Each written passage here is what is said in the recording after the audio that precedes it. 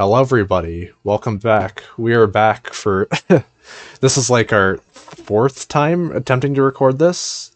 Hana and Bagel can't join us for this, but we've tried this so many times. I just want to get this done at this point. So yeah, it's just me hosting it this time. With me, we have Wes returning and a new guest by the name of Luke Zweiwalker. Hello, it is me, the replacement German. We haven't had any. I mean, technically, we've had me. I'm partially German, but there you go. I'm part German too. We pooled our German to create Zwei. Yeah. But yeah, we're covering the, I guess you could say, second season of Fullmetal Alchemist Brotherhood. As I've mentioned before, I'm pretty much just calling them seasons because there's like 5 different openings, Yeah, and parts. I think Netflix just divides them like that. Yeah, they're grouped by part on Netflix. I think that's like pretty much the same thing.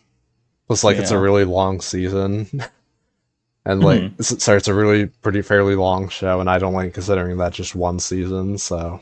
Yeah. Yeah. Alrighty, let's get started then. The first episode, there isn't very much to talk about, but we're basically just introduced to some new characters. Oh yeah, we should probably start by saying we see Scar just killing another alchemist. I forget the Silver Alchemist. What's his name again? Basque Grand. No, the Silver Alchemist. Right. Yes. I do not remember what's his name. Giulio Comanche, apparently. Okay, yeah. He's not very noteworthy, but I just thought no wonder I don't remember this guy. I mean, his role is being racist in a flashback once and then dying like a dog. Yeah, that was what I was gonna say. Yeah. I was about to say it's not really we are supposed to remember what that guy's name is. I was just mentioning he's like a post Kratos trap rogue, you know? Yeah, I was just mentioning him because he technically appears again, so I guess it. Yeah, he's not very noteworthy, but we just see Scar killing him. I guess it's justified because he sucks, but yeah. After that, we're introduced to the nation of Xing. Is that how you pronounce it? Xing? I think. I can't pronounce words. I say Jing, but yeah. I have no idea if that's right. I think it's based on Chinese. Yeah. The Chinese language. Actually, I don't know. The nation that X-Wing by Michael Stackpole originates from. True. Hence the name. I'm pretty sure. Correct me if I'm wrong. I'm pretty sure that if it is based on the Chinese language, I'm pretty sure that's how you would pronounce it. I think you would pronounce it Cheng, yes. Yeah, I'm not super knowledgeable on that, admittedly. The X is a sh type of sound, I think. So yeah, I'm pretty sure. I'm not the best knowledgeable on that. I'm as white as you can get. But yeah, we're introduced to some characters like Ling Yao and Lan Fang, Fu, and then. I really love actually the Jing cast they introduce here. I think they're all real fun characters. I guess it's a good jumping on point to get into it, but they're a very fun little group that rounds out the cast. I like Jing a lot. He's kind of what if Isolde was awesome. He's really fun. He's got a fun gimmick for his fighting where actually something that both Ling, despite not being an alchemist, and May bring to the table that's interesting is we see that kind of getting at a thing they'll elaborate more as the show goes on. Alchemy can be interpreted a lot of different ways, and so we see that in Jing they have some bullshit going on that enables different stuff than what we've been led to think is possible in the first part. So May has a long range thing based on a different understanding of the principles of alchemy, which is quite neat. And then Ling and his bodyguards, despite not being alchemists, can still sense that flow of energy, which allows them to detect homunculi and stuff. Yeah, it's also pretty neat foreshadowing, I think, to later what's wrong with Amestris as a country. I like how that alchemy differs yeah. from Xing's. Yeah, I like how they end up having like the explanation of being that the alkahestry from Xing is what they call it in the English dub, I think, is basically taking energy from above, while the Amastrian alchemy is apparently like taking energy from tectonic activity or something, which is like from below. So they kind of just operate on different energy sources, I think. What's interesting how there's a bit where I don't remember if it's only in the manga, but Ed also says that like Amestris alchemy operates on a similar principle of like the energy used is from the it is released by like shifting in the tectonic plates. But what I think is interesting is that that core principle is like taken in different directions, where Jingi's Alchemist kind of moves with that flow of energy, which enables different things. Like we see this elaborated on, and I think it's part 4, so getting ahead of ourselves. But like that is sort of the principle behind how it enables healing. Same with like what allows it to operate over longer distances outside the boundaries of just the drawn transmutation circle. Yeah. That's a very interesting part. I don't know if they mentioned the tectonic thing in the anime. Yeah, they do. I remember it. They do. Okay. Okay. Good. There are some like details in the anime that are sadly left out, which is always a shame. We mostly covered that in the last one, but yeah, there are like a few I think that are still there's like the Ishval. Is it Ishval or Ishbal? Like I think it depends on the translation because I've seen both. Yeah. I know, like, I have the legally acquired Blu-rays, which, like, they translated as, like, Ishbal, but then on Netflix it's Ishval with a V, so I think it's just either way. I just say Ishbal because I watched it on Netflix first. Yeah, in 2003, in German, in the dub, they made it with a B, and then in Brotherhood, at least in the version I watched on Netflix, that's also the case. They use it with a V. So I guess it's a kind of a contentious topic among the localizers or something. Yeah, I think in Japanese, like some letters just translate differently. Oh yeah, that's true. In JoJo, for example, there's this one character, I forget his name, who's also voiced by Scar, where like his name like in the version of the subtitles I use is like spelt differently than how it is in like the Which characters, or what do they do? From part 3, I forget his name. It's been a bit. Avdol? Yeah, Avdol. It's like in the version of the subtitles I used for the anime, like it was Avdul, or sorry, it was right, yeah. It was with a B with like that. But then in the official translation, it was Avdol, like that.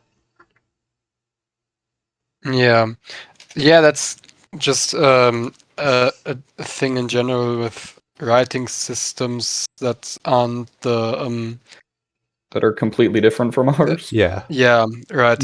Yeah. I'm reading a book about like Chinese fairy tales, like a collection, and it is really old. It's like a book from over 100 years ago, and I have genuine problems like just looking up characters described or mentioned there, because the consensus on the translation has changed probably a lot.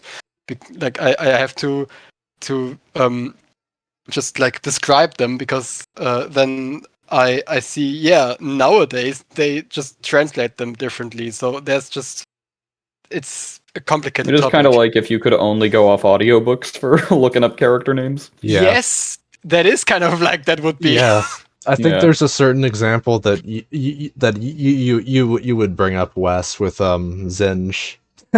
Warlord Zinj, or if you ask the audiobooks, Jinja. I don't know how you would pronounce it like that, because like it definitely doesn't read like that.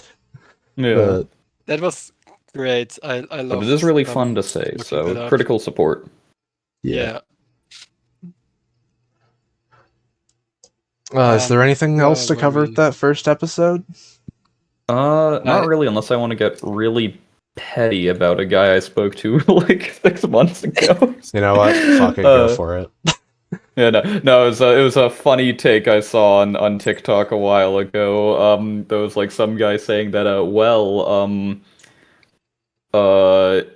even though the show tells us that Al is a better fighter than Ed, in this fight with Greed, where Ed gets his ass beat horribly, they say that like actually he would have won that fight if it just went a little bit differently. And Greed is stronger than Chimeras, which beat Al, which means Ed is a better fighter than Al. Which, on top of being hilarious logic that ignores the specific way they beat Al, requires you to pretend a different thing happened.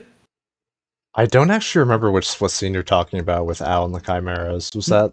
Oh, where like what's her name? Oh, the snake chimera goes right, inside. This is like so this that's is just tying a weird back into the then, finale of the last season, but like again, this part's split kind of weirdly because it picks up. You would kind of expect it to end an episode later than it does for this part. Yeah, indeed. I guess. But I made some scribbled notes, and my first note is just that Ling and his group are really great, and I love them being part of the series, and I just really after watching 2003 first, I was really appreciating getting into Mangahood and then seeing that the world was expanded in there a lot. It's not. Wow, it's not like some sort of expanded universe. Oh, so wait, I see. Based on like that term, you've also seen that one guy's video, huh? What? No. I haven't. Manga hood? Like you don't? And that's just something I picked up. Oh, okay, yeah. Because like I know that term specifically. I forget the channel name. It's like this one guy who like did this really good video on I guess I'll find it and link in the description below. Like he did this really good video on the cycle of violence in Fullmetal Alchemist Brotherhood in the manga, and he always like calls the Brotherhood in the manga like manga hood, like that. I think I don't know where it originated. Might have been from there, but it's just something I've picked up on. Yeah, I've seen that around. And it's like it's fun because I for me it was like the world expanding and getting more like just grander or something, but in that wasn't really what it was in like chronological order, because I'm pretty sure that oh well, I don't know. Maybe if maybe that stuff was written after the first series came out. I'm actually not sure, but it is the original series, so it's not really me going wow. In this new take, they expanded the lore or something. No, it's just the other one just didn't look at other countries, I guess, or at least not that I remember. It's been ages. I don't want anyone. Thinking I speak with absolute authority over 2003.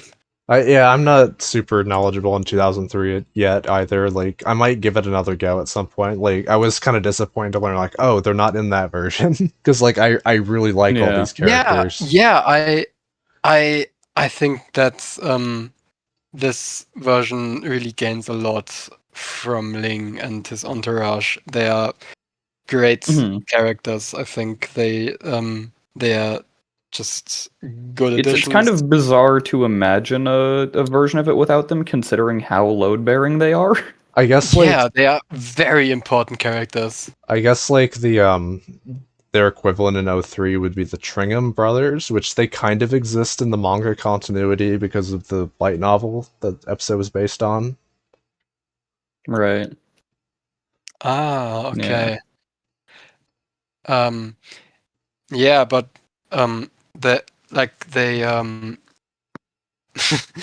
they are great characters from just a character perspective. World building wise, they like bring a lot to the table, and they also give us some very fun choreography in the fight scenes, which is one nice. thing that I think of, I'll talk about it now, even though it's relevant later. We can kind of jump around, I think, since we're covering the whole of this part. Is I think it's fun that even though they don't interact much, Ling is kind of a fun like parallel to he's kind of like a younger Mustang. Ed and Ling are both sort of younger versions of Mustang, but in different ways. Where you know, they both have a like kind of a youthful optimism and like kind of naive view of the world, and like Ling in particular has that kind of like I must reach the top by any means necessary in order to protect those beneath me. That's literally what both his and Mustang's motivations are in this show. Yeah, it's pretty cool. I haven't actually thought of that. That's like Yeah. I find like a very cool thing about this series. sorry. Like I keep like finding new things to like really compliment about it. Like that thing I like said earlier in this group chat. What was it? Thing about how like Al is actually more emotionally mature than Ed is. Yeah. Despite like Ed being the older brother. I might go into that more in a later part, but like it's just something like really neat as well. Also on the topic, like that parallel between Hohenheim and Trisha and Ed and Al as well. I might go into that in a later part too. Mm-hmm. But yeah, like there's just so much about this series that's just there to praise. Like it's probably why it's my favorite why it's my favorite piece of fiction ever. And I doubt that's ever going to change really. Yeah, It is I'm a big fan of the series. Shonen. Yeah, I'm glad that I made my bargain with Zwei to watch it actually. Yeah. But yeah, I think we scrapped. love being the, sorry. I love that I was the patient zero for this sickness that is spread through our circle because I told you to watch it and you are way more convincing than I am and you just brought everyone else in. I think Wait a second, I think we ended up. Sorry. Wait, who actually like watched that first? Was that me or you, Zwei? I don't. When did you watch it? I'm curious on this. That was some in middle school, I think. That was Okay, it was easily you first. Yeah, like I thought it was like you made it sound like it was more like a recent thing. I only watched it like in 2020, like late 2024 or so. Oh yeah, I like, watched it in 20 somewhere in the 2010s, I think. Yeah. No. Not I think, definitely somewhere in the 2010s. I would have gone into it earlier, but like I was like a huge Attack on Titan fanboy. Like that's what kind of got me into anime. Attack Shitty on Titan ending, fans unfortunately. And Fullmetal Alchemist fans are natural enemies, or something. Yeah, I don't go like, here. The one who actually really liked Fullmetal Alchemist was my older brother, and he would like talk about it. So like I knew what it was, but like I only decided to get into it because my friend like Bagel like told me to watch it. I listened to her, and yeah, I love it. It's great. Yeah. Anyway, circling back to the show, what do we think of our good personal friend May Hughes and his choice to retire to the countryside with his family? That was a dick move. Yeah. I don't know. I don't know if I'd personally call that cruel or what was the term soft-hearted. Yeah. I don't know, honestly. Like I guess you could argue it's either one. Yeah, that's kind of a shitty situation to be in, right? I mean, it's saving someone from pain that's going to like be worse if they figure it out. Yeah, obviously Mustang hasn't read X-Wing Wraith Squadron by Aaron Alston and read the scene of Wedge writing the letter to dead families or to families of dead squad members. True. He really should do that. It's kind of essential for political stuff to read X-Wing. I gotta read them more. I've only read like most of the first book, and that's about it. It's pretty good. I'm a bit of a fan of it. If you haven't noticed. Yeah, we do kind of like that. Yeah, but what's there else to say? It's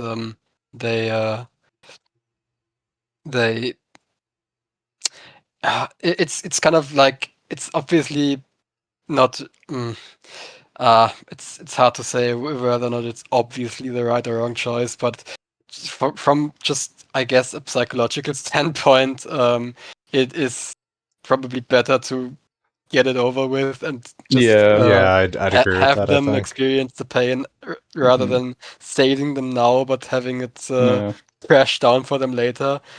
That's They should have had a scene afterwards where Ed confronts Mustang about that, and he says like, "Well, when I said retired, I meant he won't be doing his job anymore. So from a certain point of view, it was true." yeah. True. This is Yeah, how we like, handle such things in this house. I think like the next we should talk about how Ling is I do want to like mention one thing about Ling. I really like his voice actor. He does like such a great job as the character. He also Yeah, voices like he's good. he also voices like the protagonists of like two other anime I watched, like Death Note and Steins Gate.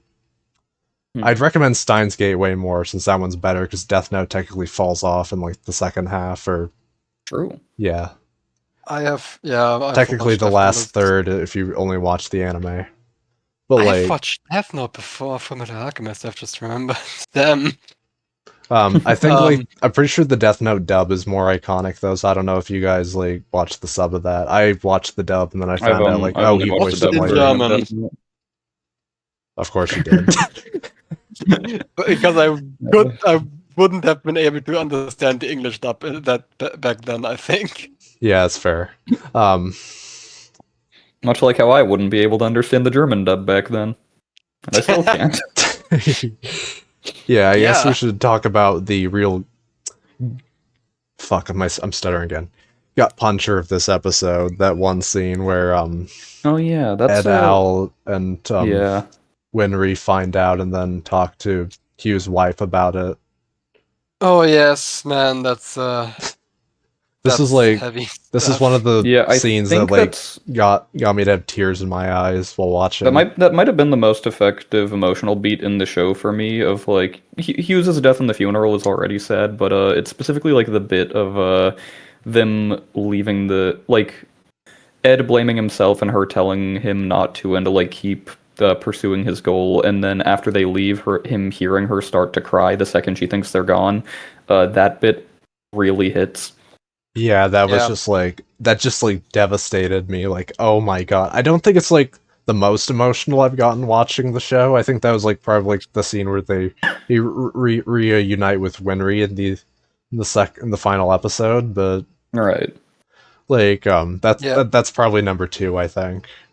Yeah, I was doing like I think some household chores or something while watching it, catching up for this podcast here, and I was just kind of stopping whatever I was doing and just staring at the screen, going, nah, "Man, that's very." I kind of you forget how emotionally devastating or just impactful this kind of stuff can be. Like this really makes you feel something, and it's also I wrote down like a note about how much I love how just how much weight character death has in the series. I think that that was a thought that came to me in episodes that Fullmetal Alchemist Brotherhood has a very good balance and handling of character death, because it's not a meat grinder where you just cannot get attached to any character, but you also have just important deaths that really just affect the story, and they just haunt the narrative forevermore after that. Like Nina gets mentioned in the final episode. That bit's And great. stuff.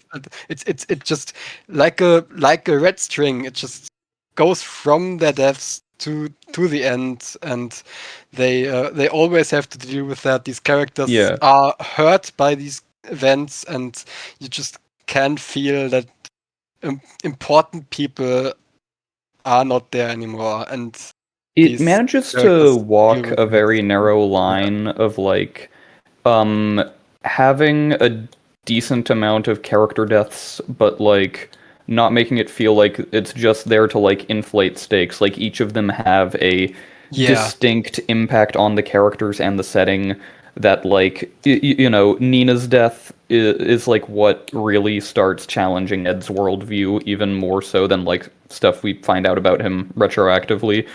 Like with his backstory, same with like Hughes represents like a big tonal shift from the show of like leaning into like, hey, do you recognize all of the like, do you recognize that this is a country based on Nazi Germany? Isn't that kind of fucked up? Like that's intentional. Like it manages to make these things like deliberate choices that stick out to you without just feeling like it's there to inflate stakes or create shock value, which is kind of hard to pull off when you're just having secondary characters. It's not like, Ed, Al, Winry, even like, the Ling, Mustang, Hawkeye, Izumi, Curtis, etc. make it out of the show. Like, it's more supporting characters that die, and it manages to pull that off in a way that doesn't make it feel like there are essentially sacrificial lambs to inflate stakes while keeping the main characters safe, Yeah. Oh, there's one last thing I forgot to comment on. The opening part of that when like when Ed and when Winry gets there, where like his daughter comes to answer the door thinking it's him, but then like she realizes it's Winry, and then God, that just adds on to like the bit with the funeral where like she was wondering why they were burying him to begin with. It's like, imagine how hard that must be on like a child that young. That's just heartbreaking, genuinely. It is so sad. It is very. Yeah, you just feel how much these people loved him and how much the loss hurts. So what do we make of the follow-up episode? Mustang dissolves an innocent woman into foul hydrocarbons. Yeah. There is one last thing I want to talk about. I don't know how well it's done in the dub since I haven't watched most of it. In that scene in particular, I haven't seen, but like in the sub, is the voice acting there is just amazing. Like, wow. I think it's genuinely some of like the best anime voice acting I've heard. Like, yeah. Anyways, let's go into the next one now. In any case, I don't know. We got anything? We got anything particularly to say about Cold Flame? I mostly wanted to make that joke. Let's see. We should talk about the plot point where Ross is framed, of course, since that does technically happen. Oh, also one thing we forgot, was that Barry that was like, was Barry released that episode? I think no, he got out at the end of the last season. This is when he comes back. I mean, like when he was like found by Hawkeye. I believe that's the end of episode 3. This part actually is he like attempts to kill Hawkeye while she's out getting groceries, and she proceeds to shoot him a bunch, and he's like, "Oh, that's awesome." So she brings him in for questioning because he's got whatever is wrong with Al is also wrong with him. He lifts his helmet, and she's thoroughly unimpressed, and he's like, "Wait, what the hell?" And she's like, I do love the bit where she's like, "Oh, yeah, do you mean Alphonse Elric?" Yeah, that's a good bit. My good personal friend Alphonse Elric. There is one more thing we should talk about. So Ling is thrown in prison because like he stupidly just falls over unconscious. I do really like that. Like I do really like that. Where like 1 second like he's very like alert and very like skilled with combat, and then like then other times he just is really goofy like that. It's such a great balance. Actually, this is a Glup Shadow pull that you'll get as well, TK. He's kind of Zane Carrick in that way. Yeah, in the sense of like, things will go wrong for him or right for him based on how funny it is. Yes, true. Yeah, indeed. It's like I do find that funny. He's got a unique relationship with truth. Like he's able to like keep up with like fucking Bradley in combat, but then like he gets his ass beaten by like Ed all the time.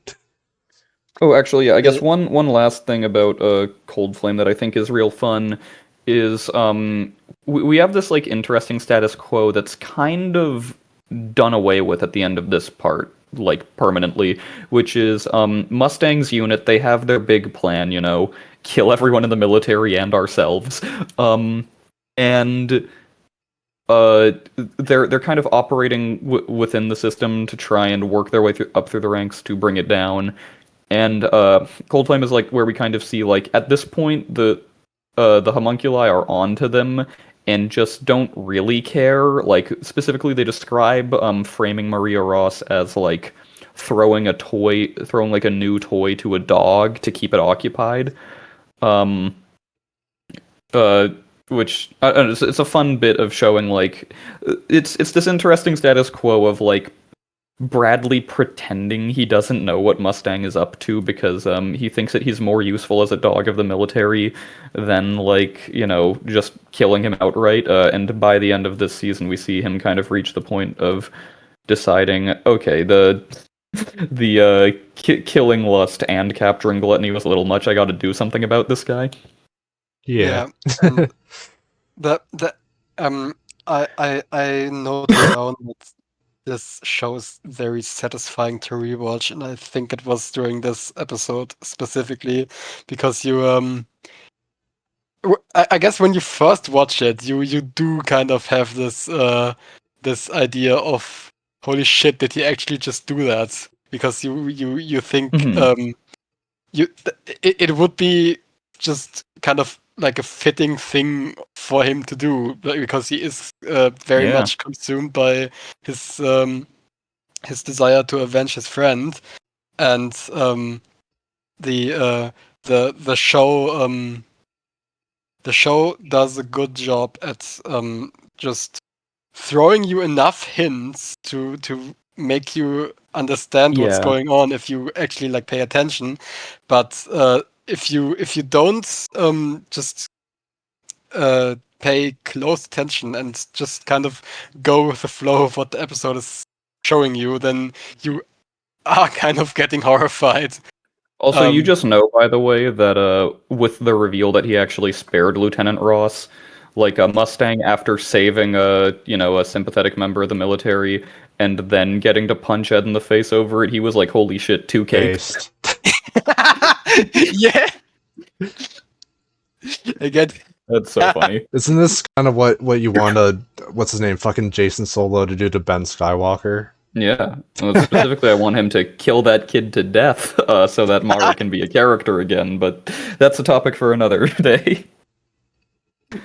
Yeah.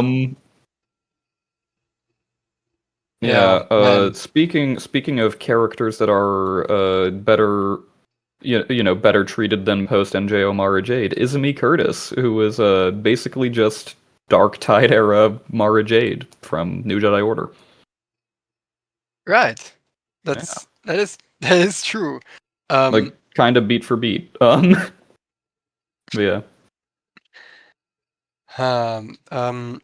Yeah, what else is there to say about this episode? And yeah, so they used Barry to like to get Barry the Chopped. Yeah, they use him to break Ross out of prison, and during that they make a deal with Ling to smuggle her to Xing, basically. It's like pretty important because it takes up like a lot of like the next episode after that. Or is that the next? Or is that the next one? It is actually. Yeah, that's one thing I'll comment on is basically after like the first 3 episodes of season 1, Brotherhood pretty much follows the manga like beat for beat. But this is actually one change that I really like, which is Death of the Dying and the Arrogant Palm of the Small Human. I don't remember what the chapters in the manga are called. I'm sorry, I'm a fake fan. But they're actually swapped in order from what they are in the manga. Is they have the because after Maria Ross fucking explodes, after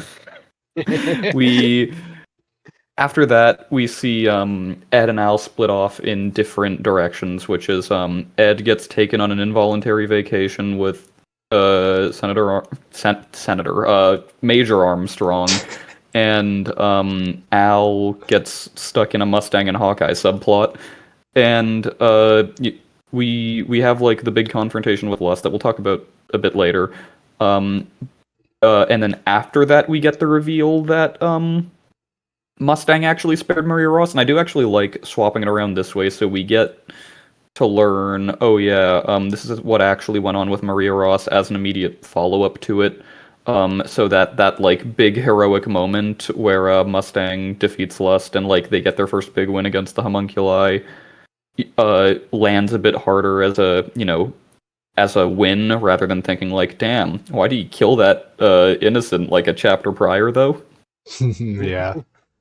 I like that change.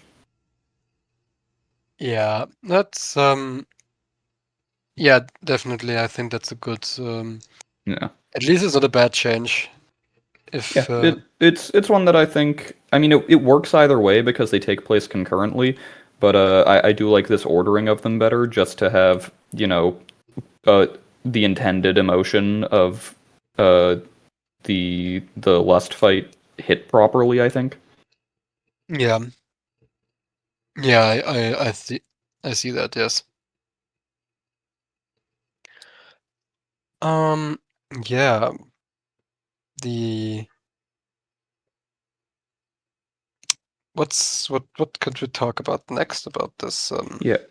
I don't have a ton to say about the arrogant palm episode. Like I don't know, there's some stuff I like in it. I like getting to see, I think, our second batch of Ishvalan survivors is interesting.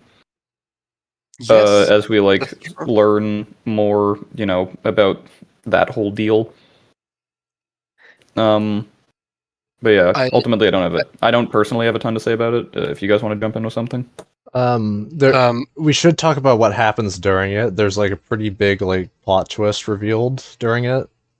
Is it the father stuff? Because that's after the last episode. It's where we're talking about like the Ishvalans, like it's where it's revealed that Scar killed Winry's parents. Somewhat. Oh yeah, you're right. I forgot that that's in that episode actually. Fake fan. Yeah. I can't be talking. I don't even remember the episode names. I don't pay attention to things like that. Yeah, that's something that happened in there, and that's probably what you should be talking about because it's huge, I suppose. Yeah, it's like it's a huge plot point in like the next 2 episodes, I think. I don't memorize I only memorize what happens during the episodes, not like which one is which episode. Like 3 episodes later, a girl on the battlefield. That's the one where Winry has the gun. Yeah, we'll talk about that in due time. Yeah, and it's it is just kind of a very I don't know how to say it. It's just it's good at just thematically going into this direction of just senseless violence that of just lashing out in anger, even if that anger is justified. And this cycle of hatred and revenge and stuff like that, where you see like Scar has obviously every reason to be angry, and something has to be done, and lethal force is not is not something that I would be speaking against in this situation, but he's taking it out on some doctors. This is something I really like. Something I really like about how specifically the death of Winry's parents is handled is like it's not played as like a tragedy of look how that unreasonable dickhead Scar killed them for no reason. It's that it's an extended like casualty of Amestris carrying out a genocide is even if you have like literally the only 2 good white people in that part of the world doing something good, unfortunately that evil is going to bleed over and just make the world generally a worse place. Like it's kind of tough to single-handedly fix the world you know? Yeah, I should also I should comment on sorry, wait, am I interrupting you guys with anything? I was about to talk about how Scar also just didn't he didn't get up and then do a very cold-blooded, calculated move to kill these doctors. Yeah. But because he was out of his mind at that point. Yeah. Like that is obviously you are in control of your actions. Actually, and stuff. I'm gonna. However, Yeah, I'm gonna drop a reference purely for the benefit of Zwei, and I guess Noah chose not here, which is you know who he has the origin story of? who has? Or you know who Winry has the origin story of rather? Oh, Is who's that? Tahiri Vela. Because this is straight up the exact deal in Promises. Is there is a wounded Tusken Raider who is brought in by like a pair of not evil moisture farmers on Tatooine with a young blonde-haired, blue-eyed daughter.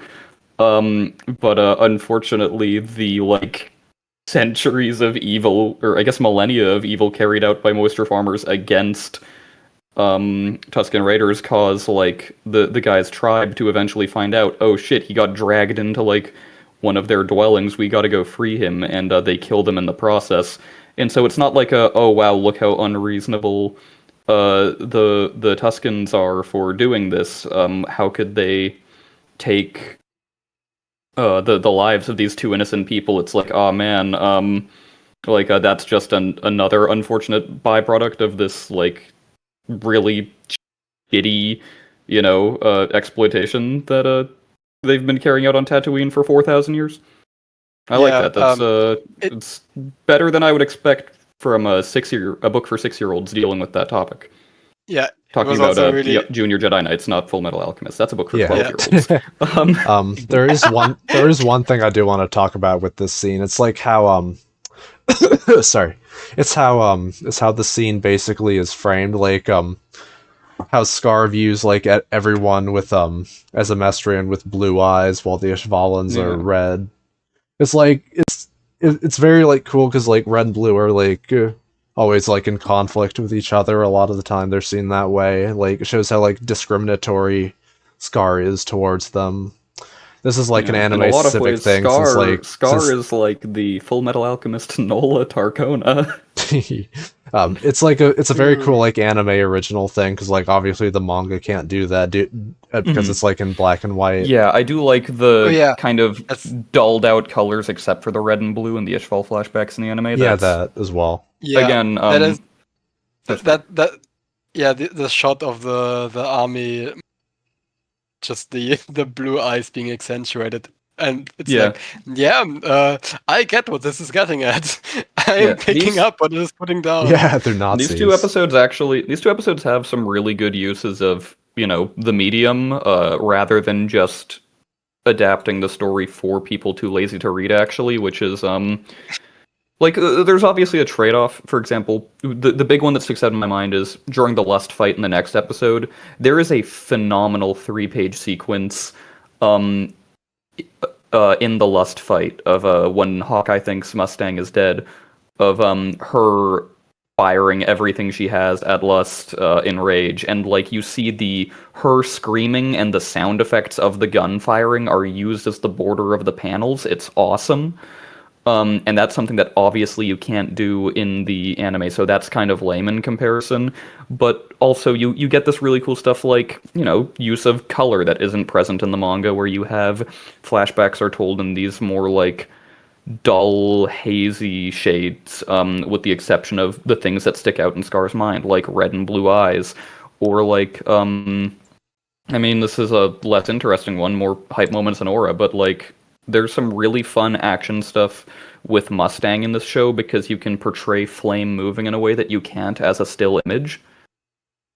Yeah. I generally like, even if Brotherhood has some like aesthetic downgrade from the manga and O3 in places, I think it makes use of the medium in a lot of really solid ways. Yeah.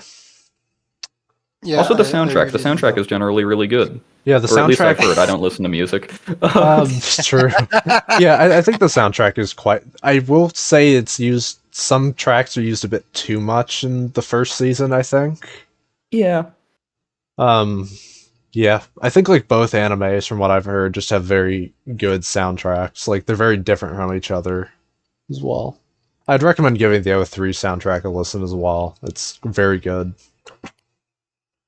Yeah. Anything else we want to talk about with this episode, or do we want to move on to the less stuff?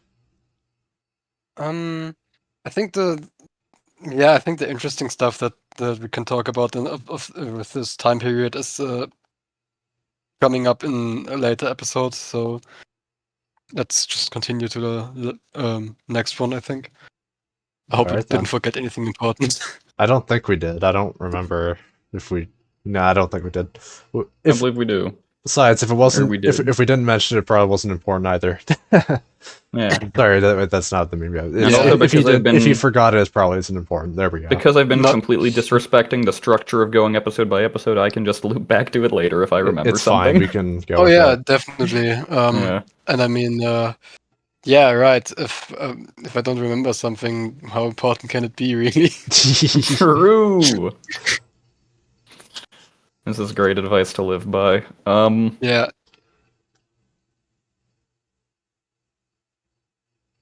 Oh man. Anyone want to take point on the last episode? Zwei, go. So the episode is definitely one of the high points of the early series, I think. Yeah. I don't know. I don't think that is at all controversial to say. Also, for me who watched O3 first, a giant change to what's happening, obviously, because Lust is around for much longer in that show. I was honestly surprised how quickly she got turned into foul hydrocarbons in this one. She, but I guess she just served her purpose in this show very well, and Yeah. that's a good endpoint for that character. But I've been getting ahead of myself. The whole sequence and the episode, the storyline in front of that scene. We get a whole is, fun build up to it. We get, I believe it's the end of the episode where he kills Ross. Actually, he sends off Hawkeye on vacation. And we get like this fun bit of them like talking in code, while they're trying to subvert the government, where Mustang is like appearing to be wasting time, like on call with a girlfriend during hours. He's doing the if they think I'm a nuisance, they won't suspect I'm a threat bit. But like the bullshit he's talking about on the phone is like coded language for what their big scheme is. He's talking about like how he's been getting into fishing as their plot is attempting to lure out homunculus to capture for information. Yeah, there is like one that gives thing. us a very fun sequence. Like I 100% believe like that's how they would like want to talk to each other if they weren't so like fucking professional about their jobs. Yeah, this is true. They're too employed for this. Yeah. Yeah. I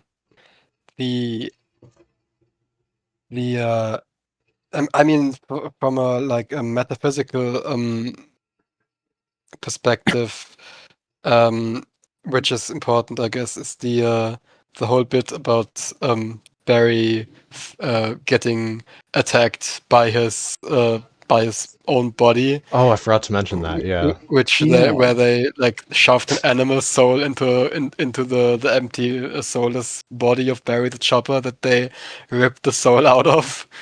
Mm-hmm. So it was important after all. That came back to bite me. And they see that the the body is rotten. It is in the stages of in the process of decaying while it's still moving around and walking, and growling and biting people. And that's important for later, actually, because of metaphysics. And yeah, and that marks the first time Hawkeye is faced with a homunculus, I think. Oh yeah, there's one thing I want to mention. Like, as much as like it's lame that like they weren't able to properly like adapt all that from the manga into the anime, I do think that makes up for it with the voice acting, because like she's usually very composed, but then like when she thinks like Mustang is like dead, she just like starts screaming.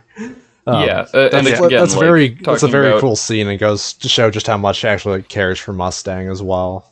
Yeah.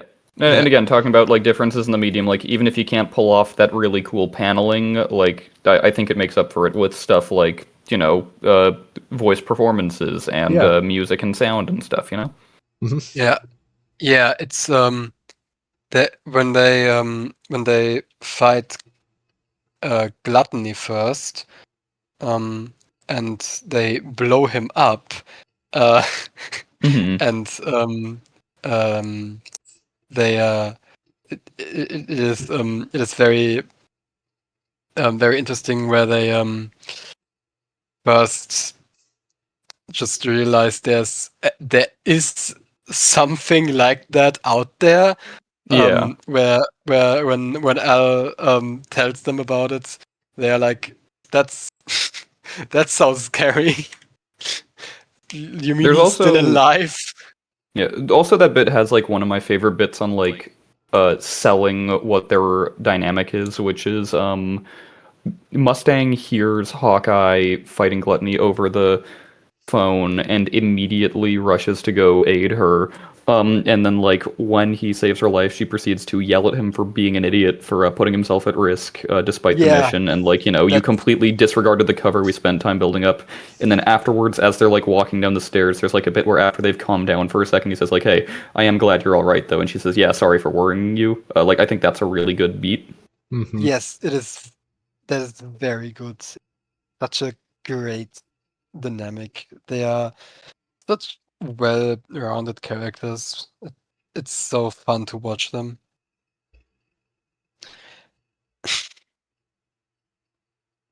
Yeah, this show generally just has a great cast. I like seeing them interact. I like getting to see different mixes of the characters. Like this season has a bunch of that. There's fun bits like you know, we get to see Mustang and Havoc, who we've seen as like minor characters, but them actually paired off. We get to see Hawkeye and Ed paired off, which is like a fun pairing, even though we never really see it outside of like a couple background bits in the manga. We get really interesting conversations later in this part between Ling and Bradley and Ling and Mustang, both, you know, kind of dealing with the what should a leader be like. This part, even though it's just mostly a lot of setup, like I was talking about this in the last recording we did, kind of the difficulty I was having with it. That one was a lot more of a summary, it felt like, was not wanting to get ahead of myself. I was realizing a lot of the stuff I want to talk about is stuff that's paid off in part 3. But one thing I'm appreciating on this like discussion about it is there's a lot of really good like character work mixed in with that setup, you know? Yeah.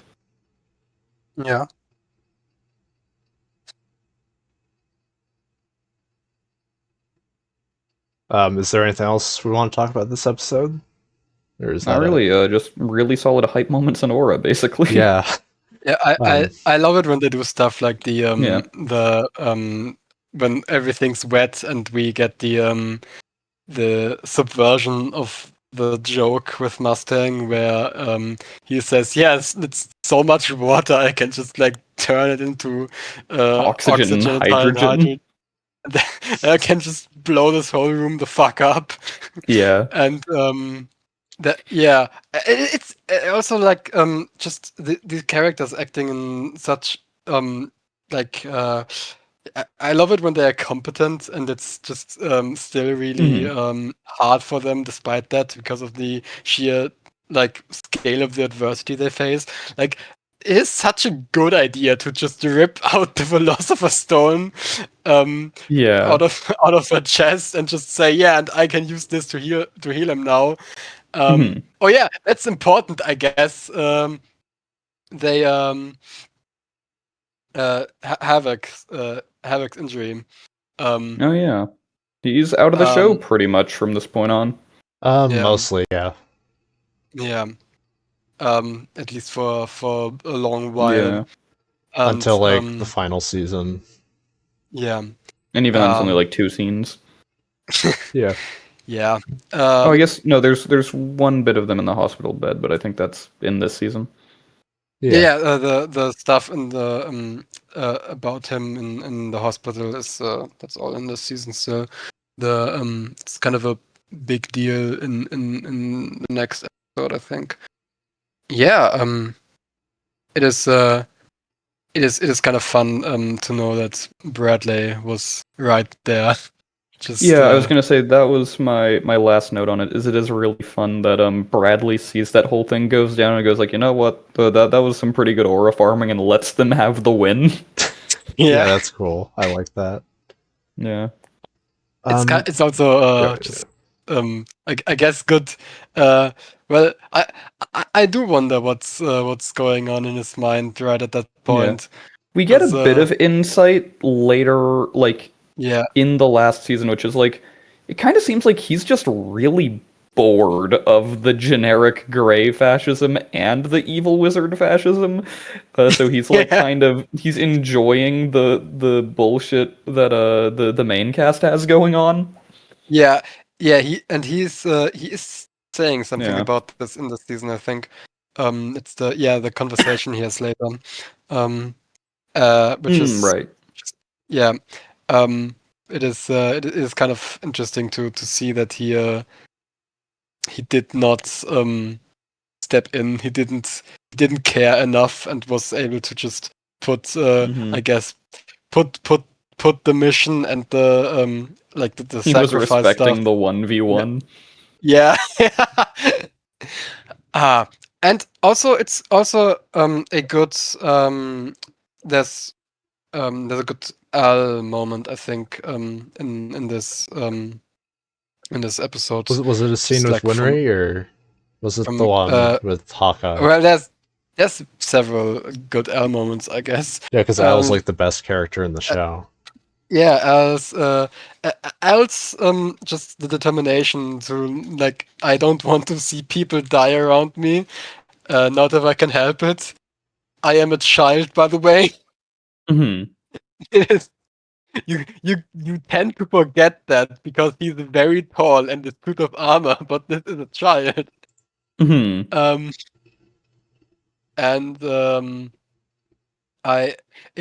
is so cool, like the situation being basically hopeless, but he's just still holding on and just fighting tooth and nail even to just delay the inevitable. It is so cool. Yeah. And it pays off because it buys time for Mustang to get there. Yeah, true. Is that everything for this episode, or should we move on to the next one? Yeah, let's jump to Father Before the Grave. We can that's the one with Hohenheim. Yeah, because I remember you had TK had a thing to say about like Ed and Al's characterization and how it reflects I'll their save parents. that for next part, or the one where it comes up. Actually, it's a better chance to loop back to it. Yeah. Okay. Who wants to go? Should I? I mean, I can, I guess. Basically, this episode sees kind of jumping back to Ed as he's returning from his involuntary vacation. I guess I forgot to mention earlier, the justification that Armstrong gives for the vacation is he walks into his room and breaks his automail and says, "Oh yeah, looks like we got to go get it fixed." So after showing him Lieutenant Ross, Wasn't that fake, he just walks in and breaks his arm. Oh I thought that was faked. That was like the impression I got when watching it. He walks in and punches him in the arm as hard as he can to break the metal. Anyway, so yeah, Ed kind of after the Ross bit realizes like, oh yeah, I guess I do actually need my arm fixed. So despite the fact, Winry is still in Central, so he goes back to oh my god, sorry, what's the name of their hometown? Resembool? Resembool, yeah. To get her grandmother to fix it instead. And while there, his bum father happens to return because he's busy traveling in a nice, perfect circle around the country. Foreshadowing, by the way. It's a great it's such a great scene. Just him seeing him there, and then the first interaction. It's great. I'm pretty sure there's a difference from the manga there, but I don't know what it is. I don't remember. I do not remember either. I should have reread the manga chapters as well. I have them next to me, but I should have done that as well. I guess if I find it out, I'll say in the comments, whatever. Yeah, but it is such a great moment because his father going, you burned down my house. What's that about? And Ed going on with his shonen protagonist rant about not having anything to turn back to and the determination, and then Hohenheim is just like, no, you burned down the house because you were ashamed of what you did. You wanted to hide the evidence like some little kid that pissed his pants and then tried to hide his pants. He literally says that. Yeah. It's so funny. It is great. It is a great introduction to this character. Yeah, it's so funny. That's just like that's obviously that's a very mean thing to say, and there's lots of baggage in this relationship, and it just introduces how shit these two are at like communicating with each other, and also you kind of do like. It's mean to say, but you kind of do see that point being made. Like that's that is definitely an interpretation you could have of the events that occurred, and it's I was just kind of awestruck at how much of an impact this scene had on me when I was rewatching this. Yeah. He also like later drops like the revelation that like maybe the thing that Ed resurrected wasn't actually Trisha, which is like huge for obvious reasons. Yeah, that's in the but that's after. Wow, this guy sure seems to know a lot about human transmutation. True. I wonder if this could be telling us something. But that's also after he. The small scene where he is in Ed's room while Ed's sleeping, and just like his hand hovers over him, but he can't bring himself to touch him. It's also I never noticed until just now that they call back to that in the flashback where it reveals what his actual deal is. Yeah, that's also cool. Thank you for telling me that. I didn't realize that. Yeah, it's the bit when he's like looking at them with his hand out and says he doesn't want like whatever's wrong with him to extend to his kids. Yeah, man, it's great. Man, this the relationship between these characters is very good part of this series. The interpersonal relationships in general are very well constructed in this. In this manga and anime, you really get a feel for how different they interact with each other and how like their characters inform how they do that. And so you have characters like Edward and his father who are very much alike in many ways, and which is ironically then hindering them in their communication with each other.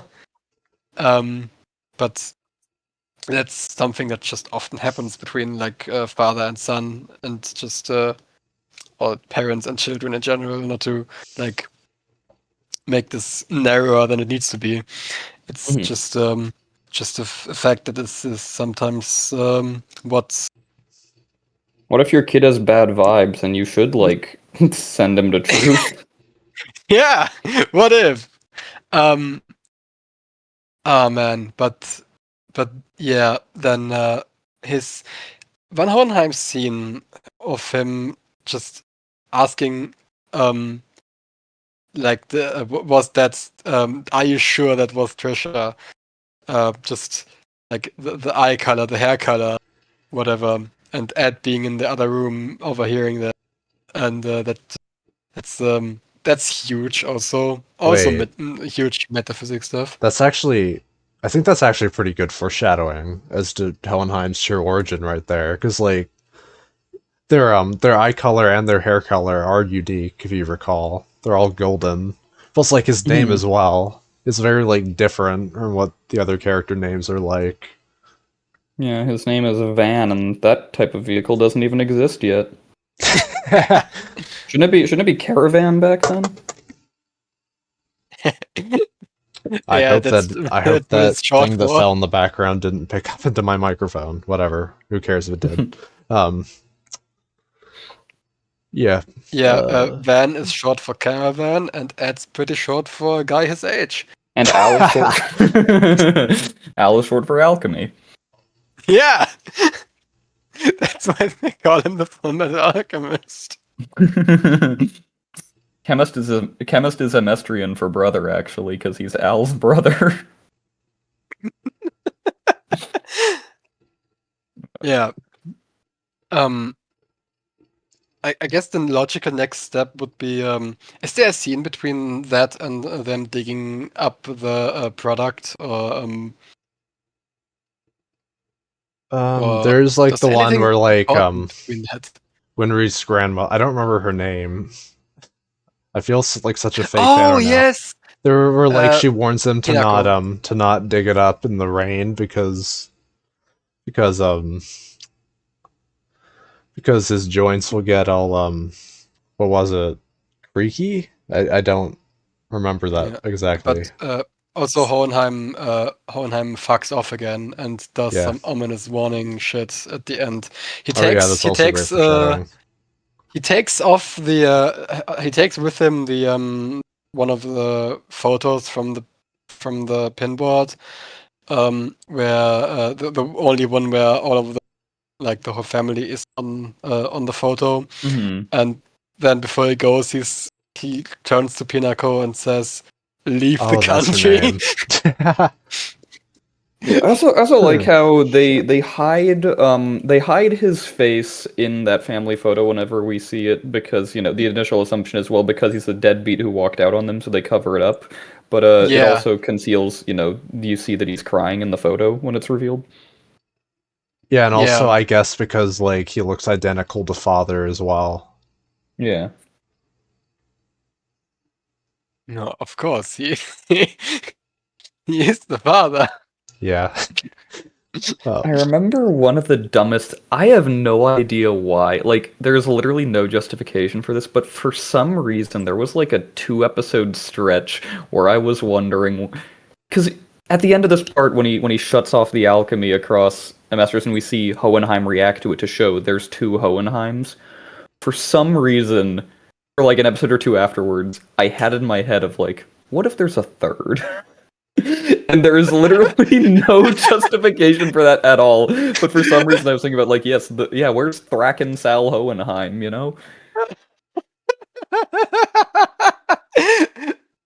Van Hohenheim, Vaan Hohenheim, and Aan Hohenheim.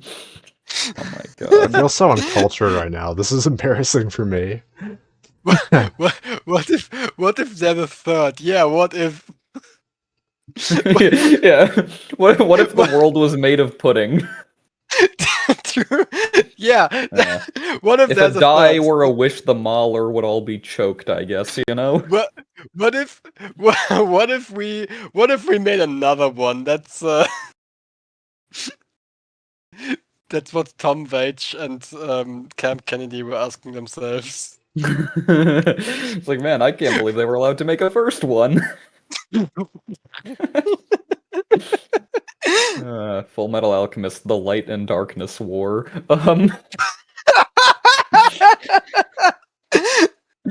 No, Yeah. Welcome back to the Dark Empire Review podcast. We will be talking about Tom Waits and Camp Kennedy's Light and Darkness War. I'm imagining Father doing that one quote from the Light and Darkness War. Which one? I can't remember the actual wording anymore, but it was this it was that the proto Palpatine there going, "I've just had an orgasm," and the other guy going, "Excellent, sir." Like seeing something blow up in the distance and going, "Yeah, I've just had an orgasm. Excellent, sir." Is Vodosios Bass in Dark Empire like a woke dwarf in the flask? I have no idea what any of this means. We're spiraling. Yeah. We should get back to something comprehensible again. There's going to be one Legends freak in the audience that's like, yes, talk more about Vodosios Bass.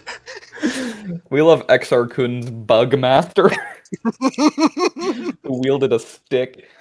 The one sicko in the audience flaming us right now because we got it wrong, and that guy in Dark Empire isn't actually Vodosios Bass, but like another guy. All right. Anything else to cover with this one, or should we move on? I don't have a ton to say about it. I'm sorry. The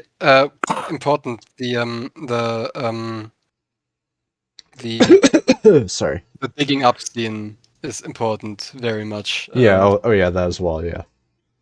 It is. Ed vomits several times. It's you really feel the guy's distress doing this. Yeah. He's not well at all. I don't know what Pinako is doing. She is ripping off strands of like bushels of grass, and that's her contribution to that scene. She's old. She can't dig.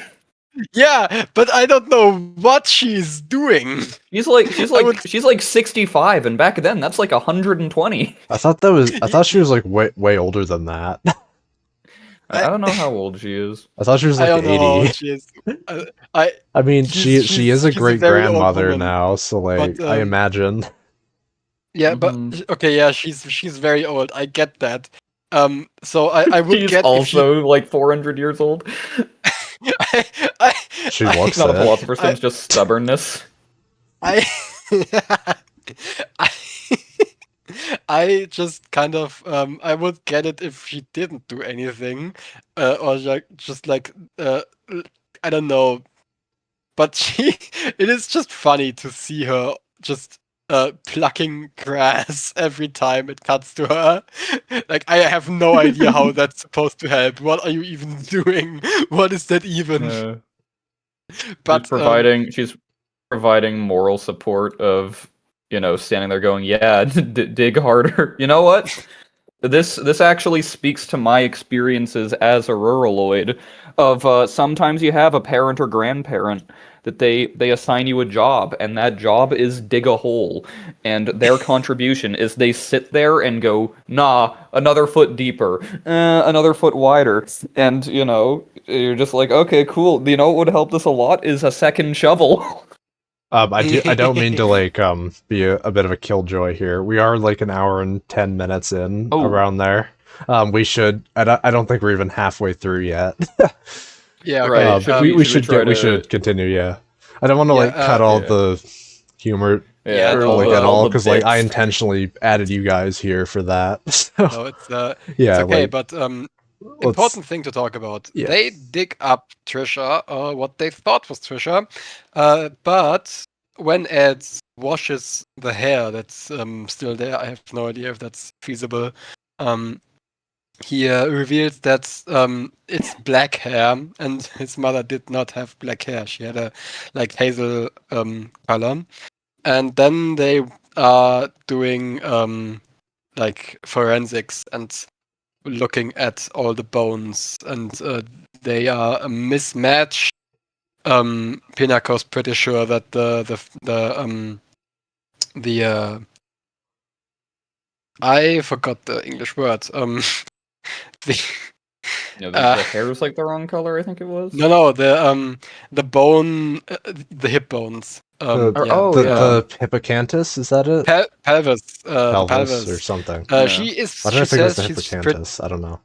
That's part of she's the pretty brain, isn't sure it? that's Yeah, I'm good. Sorry. Oh, I can't say that. I'm gonna edit that she out. she um she says that she's pretty sure that's a male pelvis and the femur is too long, and it's just a complete mess.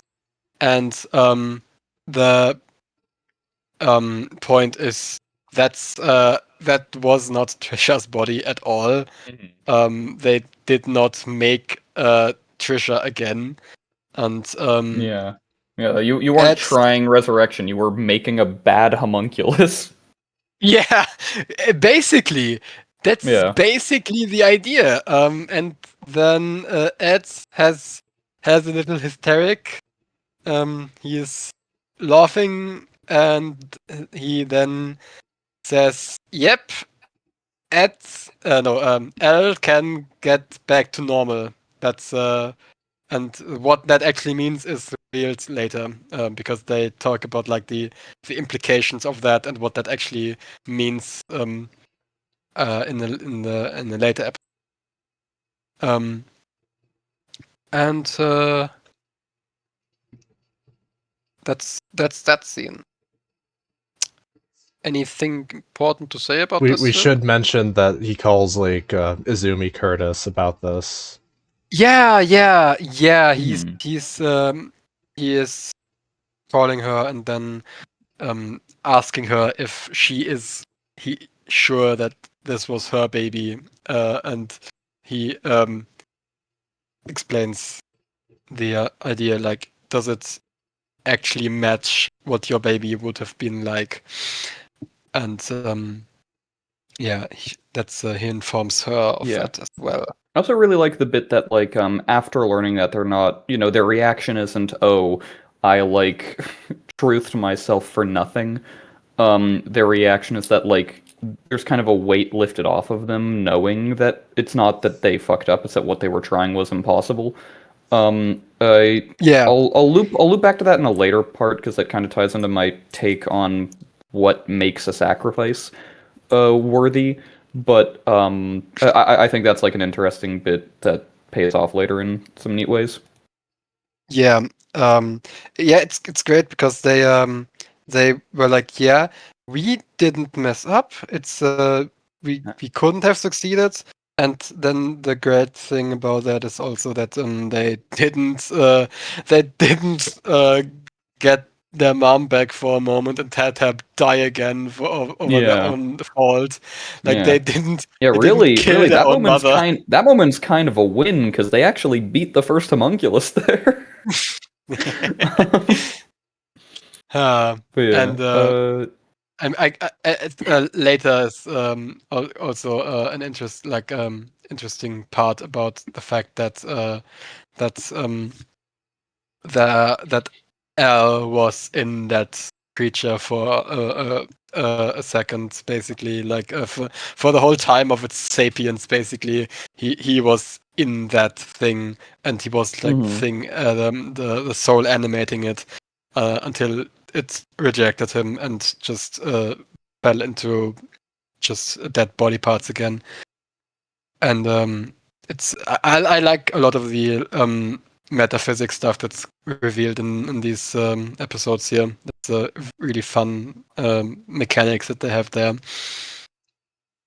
Is there anything about this episode we need to be talking about? Anything really I do important? think it's neat that Al was the one who was in that body, because like it does make it makes more sense that he was there since they used their DNA to construct it than like his mother's soul just somehow coming back. Yeah, obviously. Because that's the thing. If a soul that was just actually dead could come back, and they just messed it up, then get good, I guess. It does also like kind of explain why like Al's body was like, other than just like a metaphorical thing, why his body was like just kind of vanished. Yeah, because they his body was deconstructed and then his soul was put into the other empty vessel that was there, which is but that vessel couldn't hold him because that vessel was not compatible. That's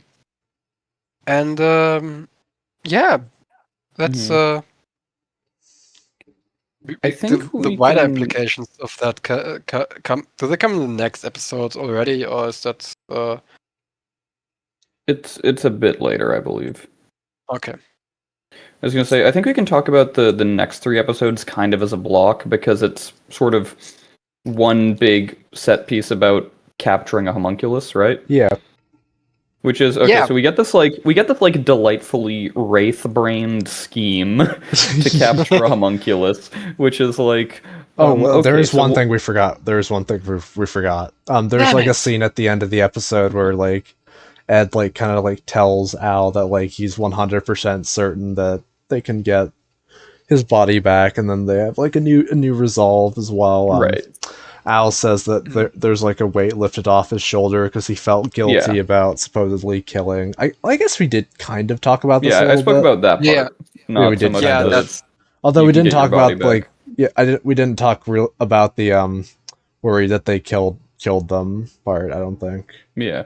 Anyway, so there's one thing I find kind of funny where like how would I describe this? Winry's just kind of like horny for Ed all of a sudden. I don't know what the line means. Like it kind of like I've seen it be different depending on like the translation used. Like in the subtitles for like the anime I watched, like he says like, "Wow, I didn't realize that Ed had such a large back." Whatever that means. I think the one that I think of and the one that I like the most is something along the lines of like where his shoulder's always that broad, because it's he's not like slouching with shame anymore. I think that's better. Because I think that's the best take on it, because it's essentially the idea of like, now that he's forgiven himself a bit, he's not like, he's grown a bit as a person, and she's able to like see more of the positive traits of him now that they're not buried in self-hatred. Yeah, that is. I think that's a lot better. Yeah, that one actually makes sense. Other than like, I don't know, calling him a fat ass or whatever. Yeah. Anyway, should we move on to the next episode for real? Yes, finally. This episode has been like way longer than it should have been, thanks to like all the green slot bits. Yeah. I'm sure that like me, Zwei, and no one else will appreciate the tangents about, if you think about it, Winry's a lot like Tahiri Vela. Anyway, what I was going to say is, we get this like scheme that would make Face Loran proud, which is their goal becomes, let's like just capture a homunculus so we can like ask him what the hell's going on. And they kind of pooling together things we know that is going on, which is, okay, so the homunculi don't want Ed and Al hurt because they're sacrifices, whatever that means. And there's this guy, Scar, running around Central who wants to kill them. So what if they just, like, try to get Scar to kill them and then, like, Edge dying until the homunculi have to show up and bail them out? And so... We get this like great sequence of Ed going around very publicly shouting about how he's the Fullmetal Alchemist and he's here to like fix your broken lamps and stuff. and eventually Scar catches on and goes to, as one does, kill children. And eventually this forces. Oh yeah, they get Mustang and Hawkeye. They tell them about this at one point during it, right? Yeah. I think what happens is Mustang pulls up and he's like, "Hey, bro, what are you doing? Scar's gonna kill you." And he's like, "I know, it's a genius plan. Don't worry." Yeah, it's great. Yes. Yeah. What Ed. I had. Oh, sorry. I had like just a note that was harkening back basically to what we were talking about earlier, about like the strength of animation, and in this one it's not just animation, it's just also just drawn mediums in general, just the change in style for comedic segments like these is a great bit you can make in an anime or a manga, comic, animation, anything, where you can just get silly with it and just change the style depending on the tone. And I was just finding myself appreciating that a lot when I was rewatching this, because that's a strong use of the medium. It would be kind of a shame if you only like drew the characters on model all the time and only just never changed anything, and mix it up and experimented a bit. Yeah. Also, one thing that I think it's also in the manga, but I didn't register it in the manga, but I do in the anime, is one of my favorite things is during his fight with Scar to stay alive, Ed just gets hit in the head with a stray brick at one point and has a scar from that for the rest of the show. Well, actually, No way. it's actually gone at one point. It heals over time. I It wish it might stayed heal over there time, but because it would have been funny, but... But I do remember, though, it's still present, like, by the time they're in Briggs. Yeah. No way, like, wait a second. It was What? post time skip where it kind of heals over. I don't think I've noticed that. Yeah, it's well, because he has like the headband on for like the rest of this part over it, but like you see in part 3 and 4 and stuff, he has like a scar on his forehead that remains for most of the rest of the show. That's great. I actually have like something let me see if I can. like, I'll pull it up and put it in the chat. Yeah, like, for your benefit, I guess. I actually have like something fairly similar to that, where like when I was like a toddler, like I stupidly like ran face first into like a door, and I still had the scar from it on my forehead. I have a very unnoticeable scar next to my eye from getting my head slammed in a gate as a 4-year-old. But yeah. Yeah. Okay, it's not visible here, but like here in the Ishval flashback episode, he's got like a bandage over where the scar is, and the scar remains for the rest for a while. I actually wish it like just stayed there. Would have been funny. It would be really funny. Yeah, it's such a nothing injury too. Like, yeah, like he has like the big arm scar from his automail surgery, but like that's relevant to it. I like the texture of just he got bonked on the head one time. Yeah, yeah, there we go. I like it a lot because it's so. I could actually edit this to show it on screen. I could maybe do that. It's so irrelevant. Yeah, you are right. There is a scar. on Briggs. I never really thought about that. That's 2 full seasons later. I never noticed that. Kind of. Oh, it might heal during the time jump. Yeah, I mentioned that. Like it heals during like the after the time skip when somehow he gets taller. Like I mean I'd say somehow, but like I know how he does. Yeah, it is time funny. Passes. It is funny because I didn't notice that. It's I guess kind of a fake fan moment of me. Yeah. I only noticed it on my second watch. I actually noticed it on my first watch because like the wiki like explicitly states that's the case. I guess this means you outscale us. Yeah, I suppose. Sure. Yeah. The harebrained scheme fucking works. Scar shows up and they fight. And that's a great bit of Mustang and Hawkeye having to stop military police from showing up, gunning Scar down. By Oh yeah. they I forgot the poor fella's name. They get to go to the No, not apartment. Fallman. I think Like that the are you thinking the about the radio guy who was man. holding Barry captive? Are you thinking of him? Well, that's No, Fallman. Yeah, But that's Fallman. what's the name? Are you the talking about? man, the dog sitter,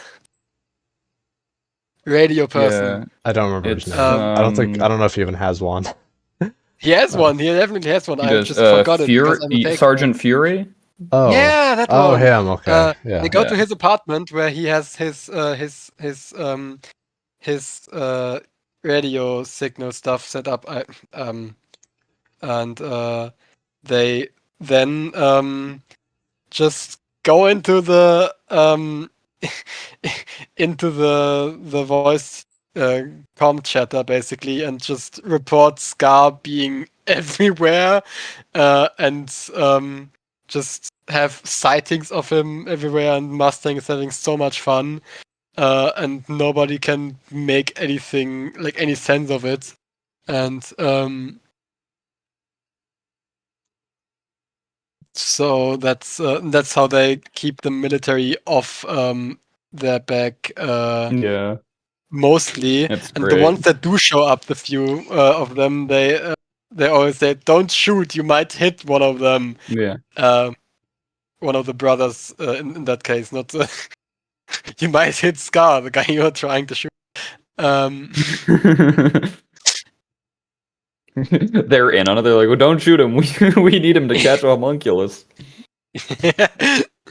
Yeah, also worth mentioning, because I think I skipped over it, Ling and his bodyguards are in on this plot because their deal is.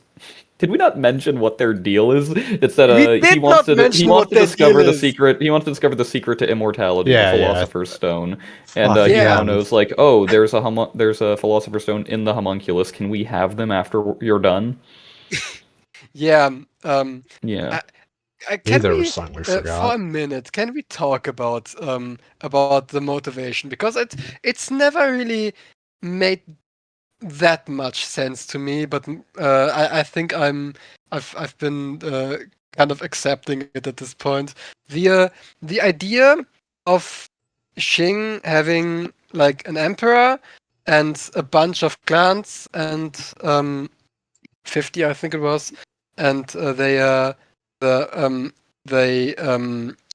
like the emperor has one wife from a clan and so a bunch of heirs, and they are trying to, and Ling is one of those heirs and tries to like become emperor.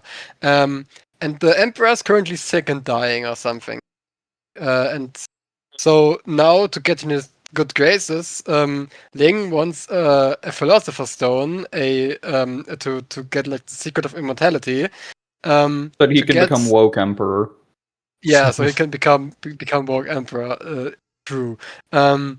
I love this reasoning, uh, by the way, of someone asks him, I think it's Winry asks him, like, but how will you become emperor if you make him immortal? And he goes, here's the neat part, I don't. I just show him that to impress him and become the next emperor. yeah, yeah. That never felt like, I don't know if they. I don't remember them saying that in the anime, but it was in the manga. I never really got that. I do have Like, a slight defense for this. So like I don't think like that's straight up gonna lead to immortality. Like it's just like a step towards it. Is what I'd say. yeah, I think like that's the yeah, most likely inference we can make there.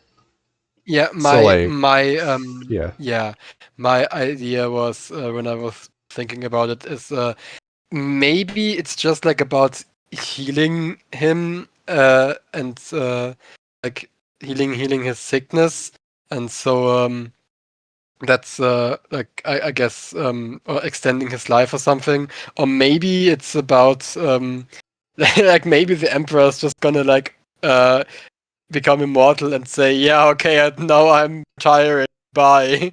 Yeah, maybe it's like the Emperor has tuberculosis, so it's like, oh, the Philosopher's Stone will heal the tuberculosis so he can die of a heart attack, and then I become Emperor. Yeah, yeah. I just I mean, it would be kind of funny if the Emperor's just going, "Oh, I'm immortal now. Time to just enjoy my retirement. You can handle the politics bullshit now." Yeah, like I think mostly Like a it's just 25-year-old like man, I can go on a vacation. Woohoo! it's just like they're finding like steps towards it. Like I don't think a homunculus, a philosopher's stone like alone would grant someone That's fair. I immortality. mean, Yeah, end of like last season, we do see as well. Greed is seeking immortality, and Al's like, but aren't you like a homunculus? And he goes like, yeah, but that's like not all the way immortal. Yeah. Also, like May just uses like later on just uses like envy as something that could be like a key to immortality. So like I think it's more just steps towards it. That's what the show's implying, Yeah, really. I wish they'd yeah, outright maybe. state that, but yeah, I think Yeah, that's what makes the most sense. it should probably be like talked about a bit more as one of the main motivations of some pretty important characters, Yeah. which leads to pretty important plot stuff happening. But well, that's I guess that's Like I imagine like maybe like as they get more and more steps, like finally they'll have like an emperor who is immortal, then like he'll reign like forever. But like based on like what the show shows us, like that stuff is not going to be enough to make someone like purely immortal because like you need like a Maybe. whole bunch of souls to do it. yeah. I got the impression that like complete immortality is nigh impossible to achieve. Yeah. Mm-hmm. Yeah. Anyway, so in our efforts to keep this under like 4 hours, so Winry shows up to the big Scar fight at a bad moment when Ed is monologuing about the thing that Winry should not hear, Yeah. and like gets kind of upset at her parents getting like stabbed to death. So yeah, she plans to shoot him with a gun to kill him, and Ed forces her not to, and also defends her from Scar. This is a cool bit of like Scar characterization where this briefly gives him pause, again like, oh yeah, I cared about people, huh? Yeah. It's almost like I'm a foil for this Ed character. Yeah. Honestly, I don't know if on the topic of Scar, I don't know. I can't tell if he's meant to be like a reflection of Ed or Al. Maybe like both. I think he's meant to be more Ed. I don't know. I mean, like the big, also kind of gives me big like obvious Al one vibes as well. I was gonna say the big obvious one is that you know, he like it's quite literally like an incredibly obvious inversion of Ed, where you know, his brother becomes his arm. This is a surprise thing that will pay off later in the finale. Yeah. and we get Scar basically having a flashback or telling what happened like from his no, he doesn't tell, it's just him having a flashback. Wait. Mm-hmm. Hang on. Just about what happened, and we get to see his brother, and his brother was working on alchemy, and he was combining the Mastrian one with the Archahestry East. I'm very sorry to interrupt. Wait, Wes, hang on. Yeah. With the arm thing, wouldn't that also be like an Al thing as well, though? Because since Ed was the one who sacrificed his body parts, so Al's soul could inhabit a body. Well, no, it's the inversion is because Al ends up doing the same thing in the finale to save Ed. True. Okay. Yeah. I'm thinking maybe it's both of them. Because like, I mean, a little Scar is also like the younger brother elements. who like. Yeah, I think that's ultimately what it is. Sorry, go ahead, Zwei. I also do think though, like having the you know, the better brother, which is something we'll talk about in a moment. Al. Yeah, sorry. You go ahead, Zwei. You had something to say? I was talking about flashback. Okay. We see his brother, and his brother was working on alchemy, combining it with the alchemy of the East, and he was saying something about how there's something seriously wrong with the alchemy of Amestrid. And he Scar goes out, and the other Eshvalans have the idea that the research his brother is doing will help them defeat the Mastrians. Kill. Yeah, and Scar is like, damn, these that alchemy shit you do there, brother. That just doesn't seem to be producing any like good results in people. Like it seems like the stuff you make is just making people evil or something. Yeah, then we get Scar killing some Amastrian soldiers, and running back to his family, and his brother gives him his research notes and says that he should be carrying them because he himself is not really fit because Scar scales anything. higher. Yeah, because literally, like Scar is a trained warrior monk, while the is literally shaking right now. Just to like, I don't know, slop for a second. In like episode 4, we see like, we later learn this isn't like an alchemy thing. He can just dodge bullets. He can just do that. Yeah.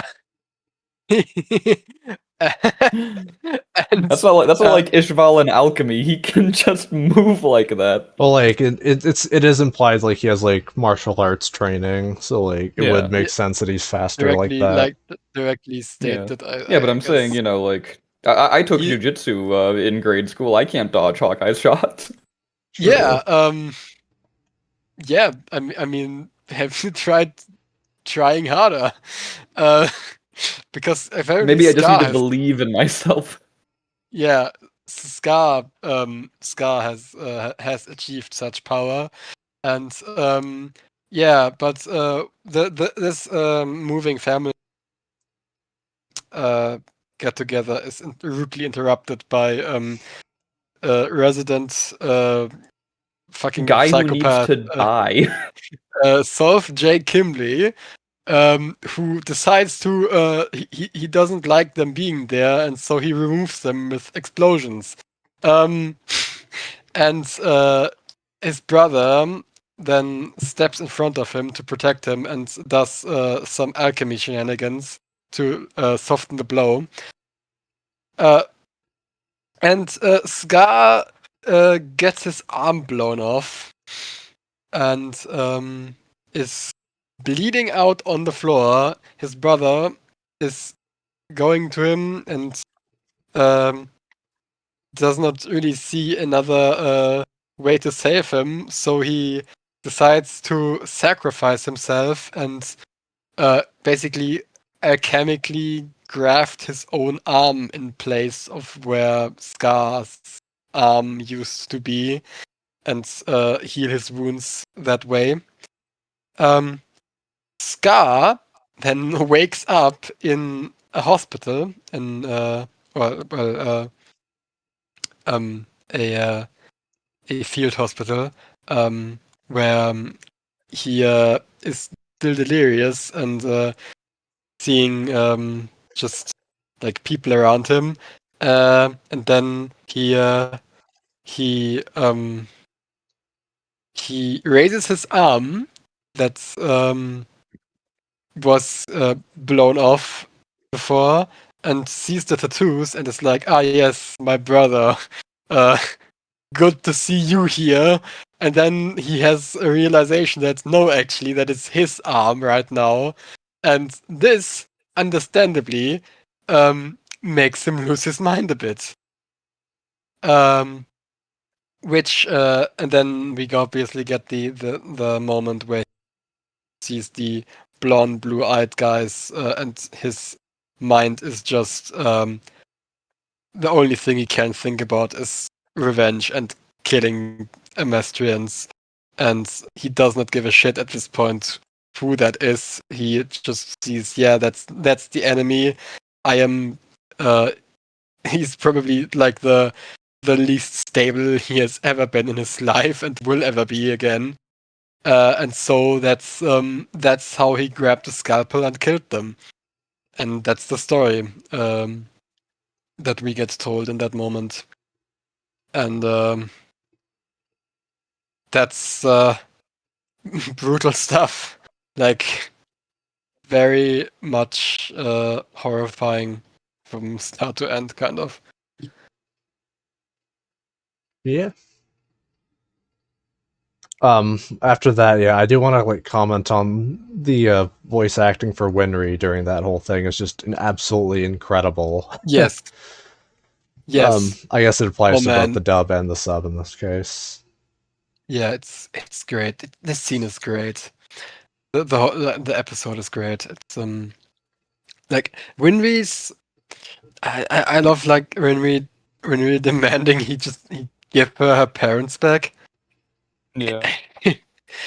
Oh man, it's so great. Yeah, it's good. I do like seeing her like kind of the way that the moment catches her off guard so hard that she like just kind of becomes like irrational for a minute because she doesn't know how to process that. Yeah, man. Like It reminds me that there's a good bit in early Fullmetal Alchemist 2003 where like Ed kind of loses while Ed is in training in Central, he like loses his shit at seeing a like a kid mourning the corpse of its mother while like Mustang is investigating Bury the Chopper. I think that's a really good scene that show added. Yeah. Well, sorry, I'm just like I find it funny how you said how you call the child it. Yeah. Yes. But it's great. Like the kind of reverting back to a child kind of, I think, is what that scene is also showing. Like the give me back my parents bit is just that feels like a just kind of I guess age regression you'd call that. Yeah. Where you just like the rational That's thought like is gone. Magneto and the volcano, the age play ray. Yeah, he just kind of has this moment where she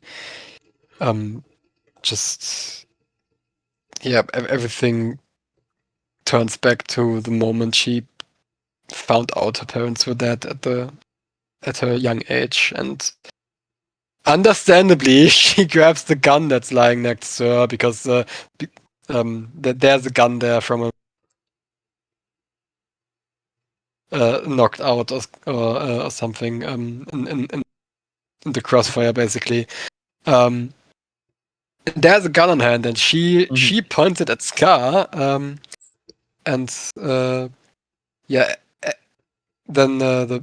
but we've talked about that. Ed's protecting her from Scar and trying to stop her from herself murdering someone in cold blood. And after that happens, and Scar hesitates because he sees the similarities between himself and Ed in that moment, and has this moment of introspection. Al drives the fight away from them so that Winry can get put somewhere safe, and then we have actually there's this bit, or this kind of like area has like a good bit of we get to see, I believe you like referenced it either earlier in this season or last season. I forget because of the like 4 scrapped recordings. But like we get a bit of Al kind of talking about how he never gets to lose his shit because Ed is always a lot quicker to do it, and we get like a fun little bit like paying that off where because Ed is trying to comfort Winry, Al goes after Scar, and like we get to see him actually like mad for once. Yeah, that's pretty cool. Yeah, actually, is that a good segue to talk what you were talking about earlier in the chat before recording of like Al being the more mature one? I'll mostly save that for later, but yeah, that is good evidence as well. I should mention though that like we're almost 2 hours in. We should speed up a bit. Yeah. Yeah, okay. Like I was expecting this one to think... be like shorter due to how much less there is, but like this one's easily longer. Yeah. Okay. But we should average Wes and Zwei conversation. True. That's kind of characteristic. But the okay, I think an important it's kind of the scene between Winry and Ed is very emotional in this episode. After that, like the moment where he just like individually opens her fingers up from the gun, and him like appealing to the episodes where she was helping bring the child into the world and stuff, where he just says she should not be someone who kills people, and that's I like that scene a lot. It's very it's a great bit. Yeah. It's great. What to talk about next? We should... Well, so you know what? We've been completely talking about around the like Ling side of this fight, but oh yeah, that as well. They because we've just been talking about the Scar bit. Eventually, they dispatch a couple homunculi. There's a Gluttony and Wrath go out, and we get like this really fun fight scene between what was his name, Ling and Wrath, where, like I was talking about earlier, they have like a brief bit talking about, what a ruler should look like, where Ling kind of talks about like what we've seen Mustang's philosophy is, which is like your job as a ruler is completely worthless if you're not like trying to keep the people beneath you safe. To which Bradley like calls him a dumb nerd and tries to kill him. Yeah. We get like some fun stuff like the reveal, or is it the reveal? No, it's not. I think it's the reveal of what his Ultimate Eye does. Yeah, pretty much. But we've seen it before in the Greed fight. I should also comment on how good Ling's voice acting is during this. Like, it's. I think his is like genuinely some of the best in the show for a reason. Like, his voice actor, like whenever he's in an anime, even like a bad one like fucking Tokyo Ghoul, like he can he will give a very good performance throughout all of them. Yeah, that's definitely. I don't think that there's any voice of Ling I've heard in any dub that's that I didn't like. Well, I'm talking about like his sub one, but yeah. Yeah, that one included. The voice acting in this show is pretty good across the board, I think. But yeah,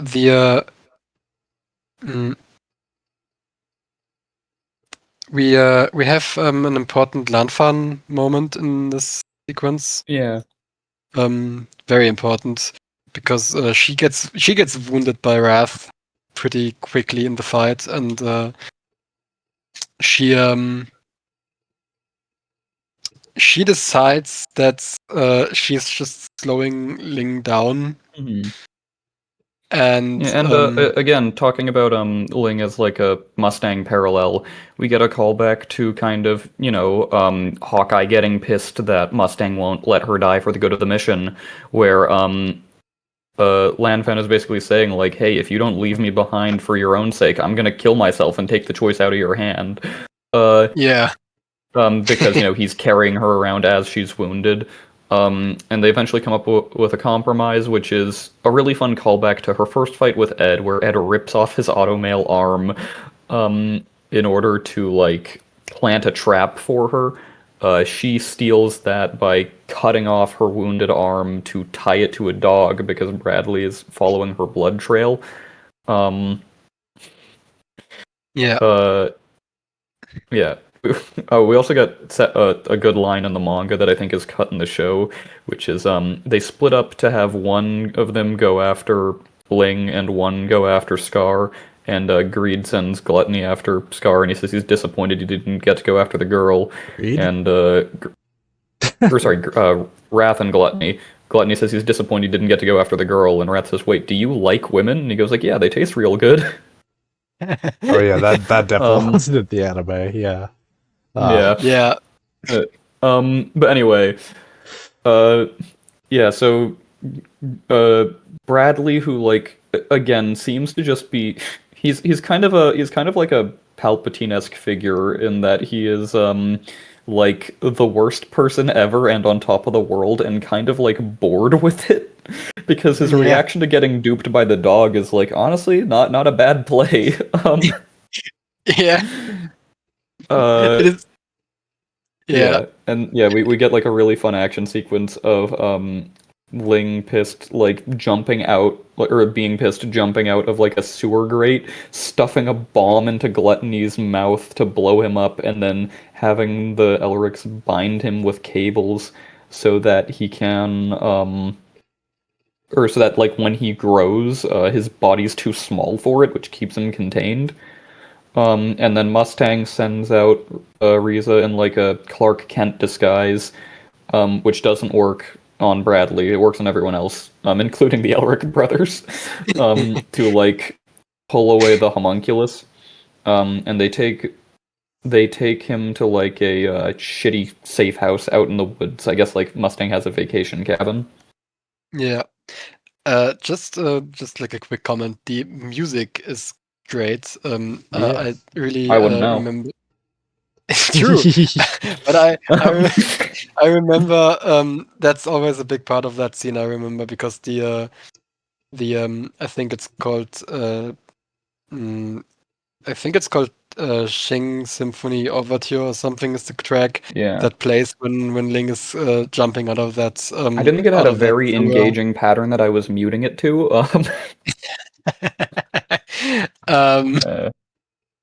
And it's just it's a very that seems so cool. Like the such a dynamic, well choreographed and just well animated sequence.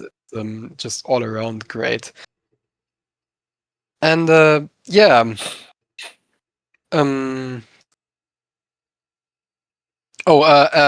I guess Al is because May is saving Scar from them by creating a distraction, but Al's picking up her panda in the confusion. That's something that happens. I don't know if that becomes important later. I don't remember. But well, yes, it does become kind of important, I think, because they I don't know. Let's continue. Yeah. What are we? Next episode? Like, is there anything left to talk about for this one? Or is that a? Not really. Again, I'm trying to skim them a bit. Yeah. We're like, I wasted too much time talking about the light and darkness war. We're 2 minutes away from the 2-hour mark now. God, this has ended up being much longer than I expected it to be. Yeah. I'm not complaining though. More content for all the Green Jedi watching this. I'm unfortunately very bad at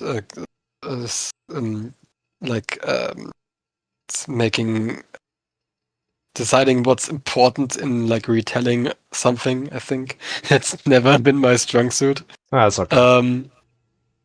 So I just kind of talk about everything that just comes to mind. But the next episode,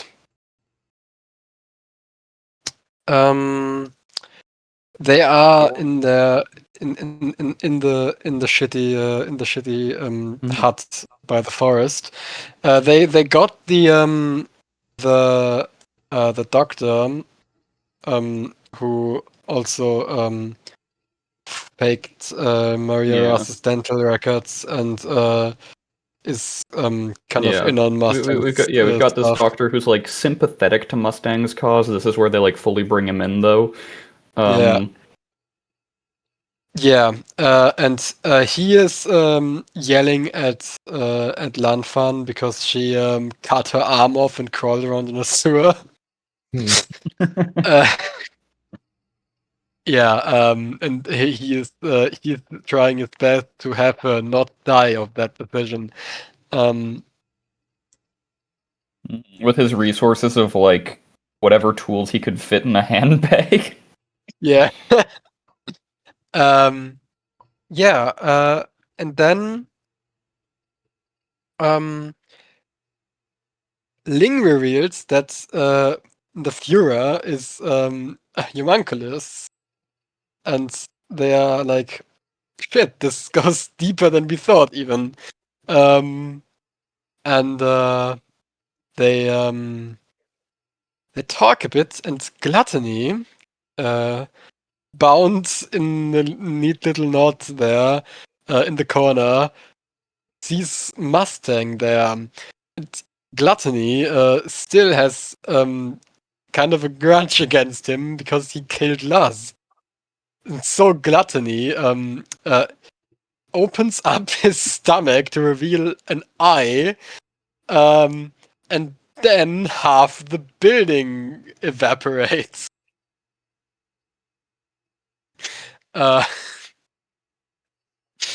Which is and eagle-eyed or hawk-eyed viewers might have noticed that this eye in stomach has an uncanny resemblance to the eye from the Portal of Truth from the beginning of the series.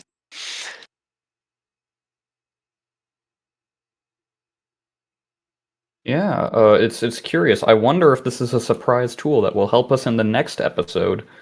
Yeah, turns out Gluttony has like an alternate form, kind of, where his maw just like he has like a split vertically mouth with teeth going along his body, where there's just this eye void thing in his stomach, and he can just kind of take a bite out of reality in his vicinity just before him, and do that at range. And so that's the problem, a big one, because he's free now and he is intent on eating Mustang at least, and probably several other people as well. Whatever gets like between his teeth, I suppose. And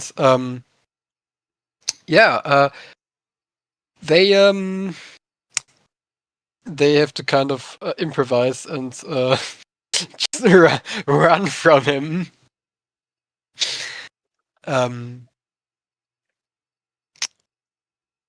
And then there's nothing else important that happens there. Ed and Ling are eaten. And Yeah, Envy too. I was getting to that. Envy shows up. Yeah. Envy shows up, and they fight. There's some shenanigans, and they Gluttony is supposed to not eat L and Ed, and Mustang and like most of them evacuate, while L, Ed, and Ling are staying to deal with Gluttony. Then Envy shows up, and then the shenanigans happens, and Gluttony accidentally eats Envy and Ed. Yeah, and And Ling. Ling. And We Ling. also got a bit that I really like right before that.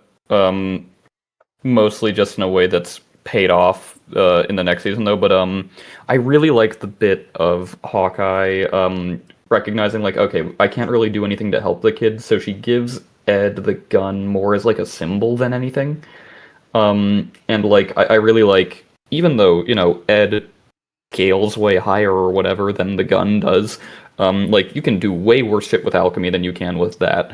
Um, like he kind of has to confront the tool of like alchemy is a versatile tool. This is solely something meant to kill people. Yeah. And how that challenges him, especially in the opening of the next season. Yeah, true. That's a good point. But I don't think there's much to talk about when they're in that dimension, other than we the see Envy's true form, and they managed to get out. But fuck, what was the explanation for it again? I don't remember the last part yeah, as much. what's the what's important to talk about there is it's revealed in there, and Envy, Ling, and Ed are having a chat there, that that this thing is basically a failed portal of truth. Father was trying to make one, and it didn't really work. So it's just kind of a shitty one that doesn't really do what it's Yeah. supposed to be doing. So it's just like a like a pocket realm where gluttony's victims and whatever he's just chomping down on end up in, and uh, and Ed also finds the missing pieces from the big mural in Xerxes. Oh yeah, that. Oh, Um, also one more with, thing. There, it's also revealed that like Envy was the one who started the Ishval War. oh yeah, and Envy was Oh the guy yeah. that shot that child. Um, and this this prompts Ed to be really fucking mad and punch Envy in the face, which then makes Envy reveal his true form, which is a huge green monstrosity with lots of like human parts and torsos and heads and arms grafted onto his form basically. Um, Link comments on the fact that he can't believe that's supposed to be like an artificial human or something. What is that even? Um, and that's that did look better in the manga Yeah, than I, I, I I think I I fear. commented that in the original version of this, which was like an hour and so shorter. um, yeah, the Yeah, CGI doesn't look the best sometimes, which is a rare L yeah, for that's Studio Yeah. Bones. But yeah, yeah, it's unfortunate, but what can you do? And um, I think the manga version also looks a bit smaller than the anime version. and Um, scarier, I'm pretty sure, a little bit. yeah, it has like a way it's it has a way better the art style is just obviously because it's just expertly drawn. It has more of a menace to it, and that the CGI can really compare to. But yeah, I think I'm skimming over the pages. It does look like Envy's true form in the manga looks significantly smaller, I think, than what I remember it being in the anime, or at least definitely smaller. Um, because that's kind of an interesting bit because Envy in his humanoid form is that's been established a bit in these episodes is that he has like a conservation of mass thing going on where he stays the same like weight and mass, um or not the same weight, the same mass uh um in whatever form he's in, and I think the anime version would probably have like a much much greater like imprint left on in the mud or something, because it's just way larger. Or maybe I'm just talking out of my ass here. It's just I'm seeing the panels here, and they it looks it's a pretty weak weight feat from Envy, honestly. Yeah. It looks it looks a lot more like big in the way that like a and not like a dragon, basically. Yeah, but Envy looks like what? The solution is, since this is a shitty portal of truth, we are just going to make like a real one and go out the other side. So Ed is just transmuting himself. Yeah, because what is the portal of truth really, if not a like deeply traumatizing form of teleportation that you can only do like twice? True. Yeah, true, obviously. And this leads to one of the very iconic scenes of this story. When he's returning to truth. He sees like, he sees, oh shit, they got a spare Al in there. Oh yeah, okay. Yes. I was about to ask that. Yeah. Yeah, he sees a second one, a second portal. Yeah. I wish I would. I wish I was more of a viewer and I was more knowledgeable on such things than I am, because I'm pretty sure that the two portals are show different imagery, and I would be so glad if I knew like the symbolism behind all of that.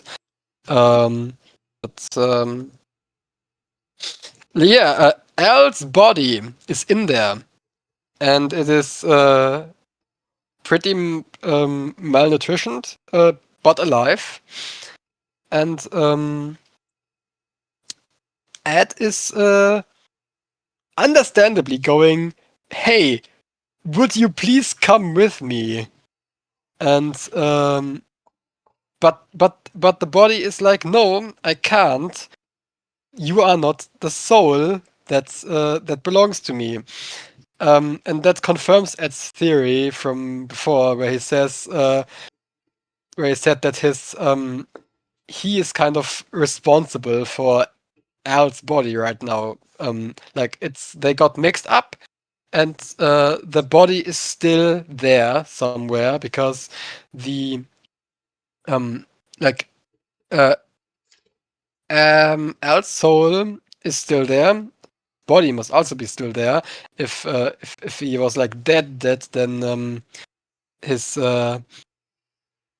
that whole arrangement wouldn't work. And he is sleeping a lot, he's eating a lot, but he doesn't grow a lot, which took him a lot of effort to admit. And that is now like confirmed to be, he is basically providing nutrients for two people, like to keep the body of Al alive and for himself.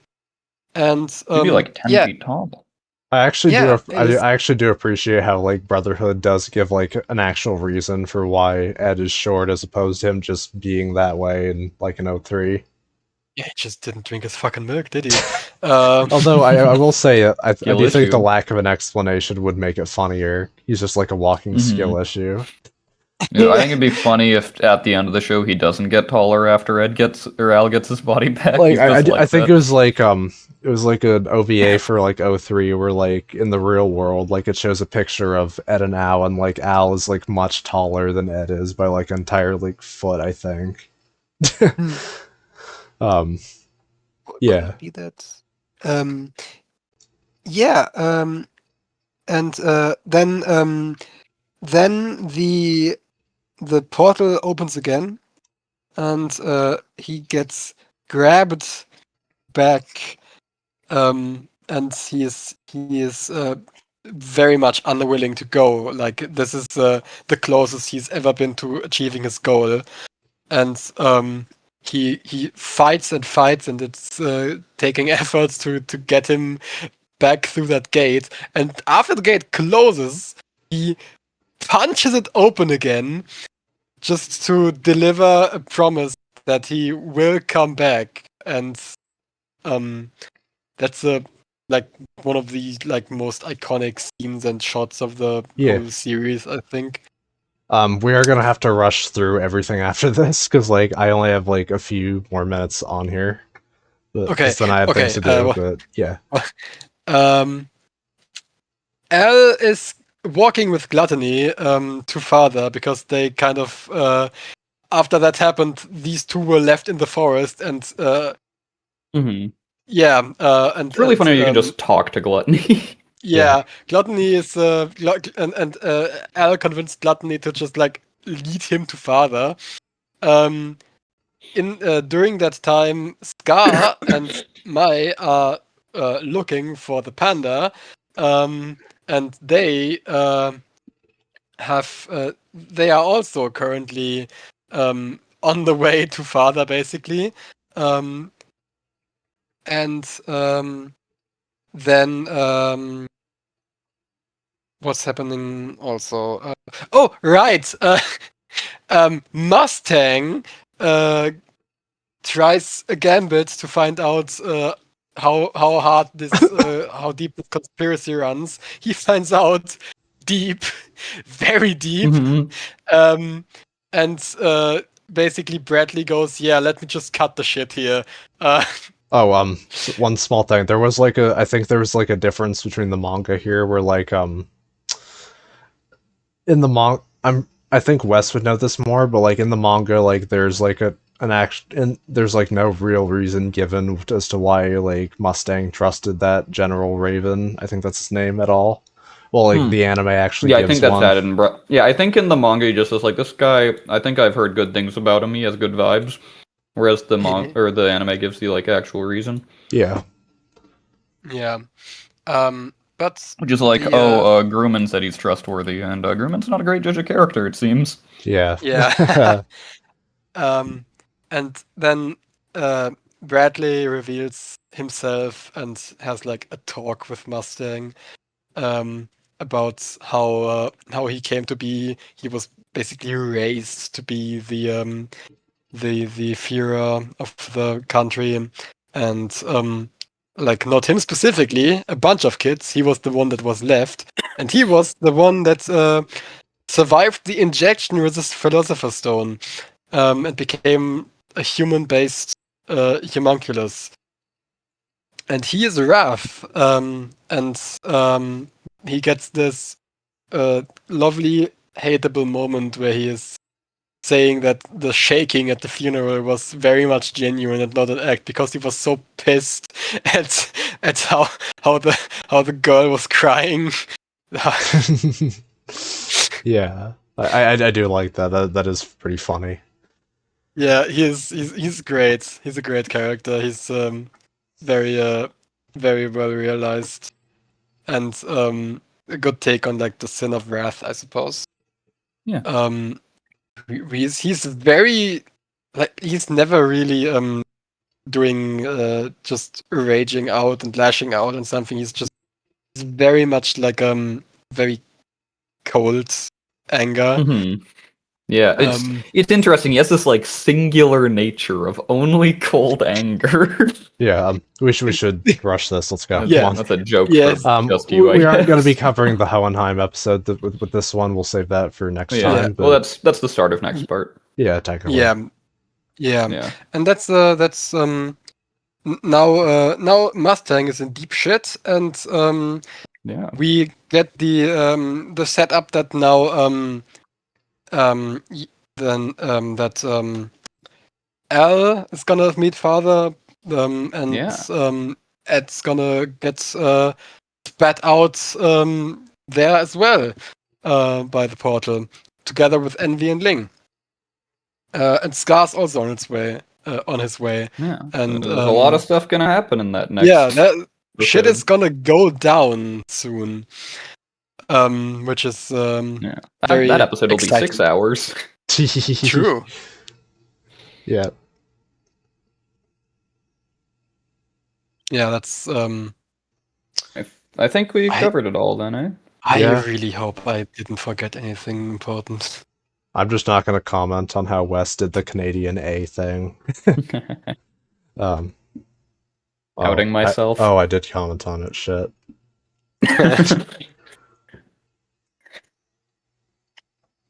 Anyway, if that's all, then I look forward to recording this a 4th time. Yeah. Hopefully this one actually came out well. Yeah, that's about it. I'll try to get the next one out sooner. Hopefully that one won't be cursed either. Yeah, that's about it. Thank you everyone for watching. Please give me views. The last one kind of flopped. By extension, please, like, both of you, can you like share this around? I'll make sure to like and re-X. Yeah. I feel like you can hear the stupid grin in my face saying re-X. Rezesh. Rezesh. Zesh for Philip.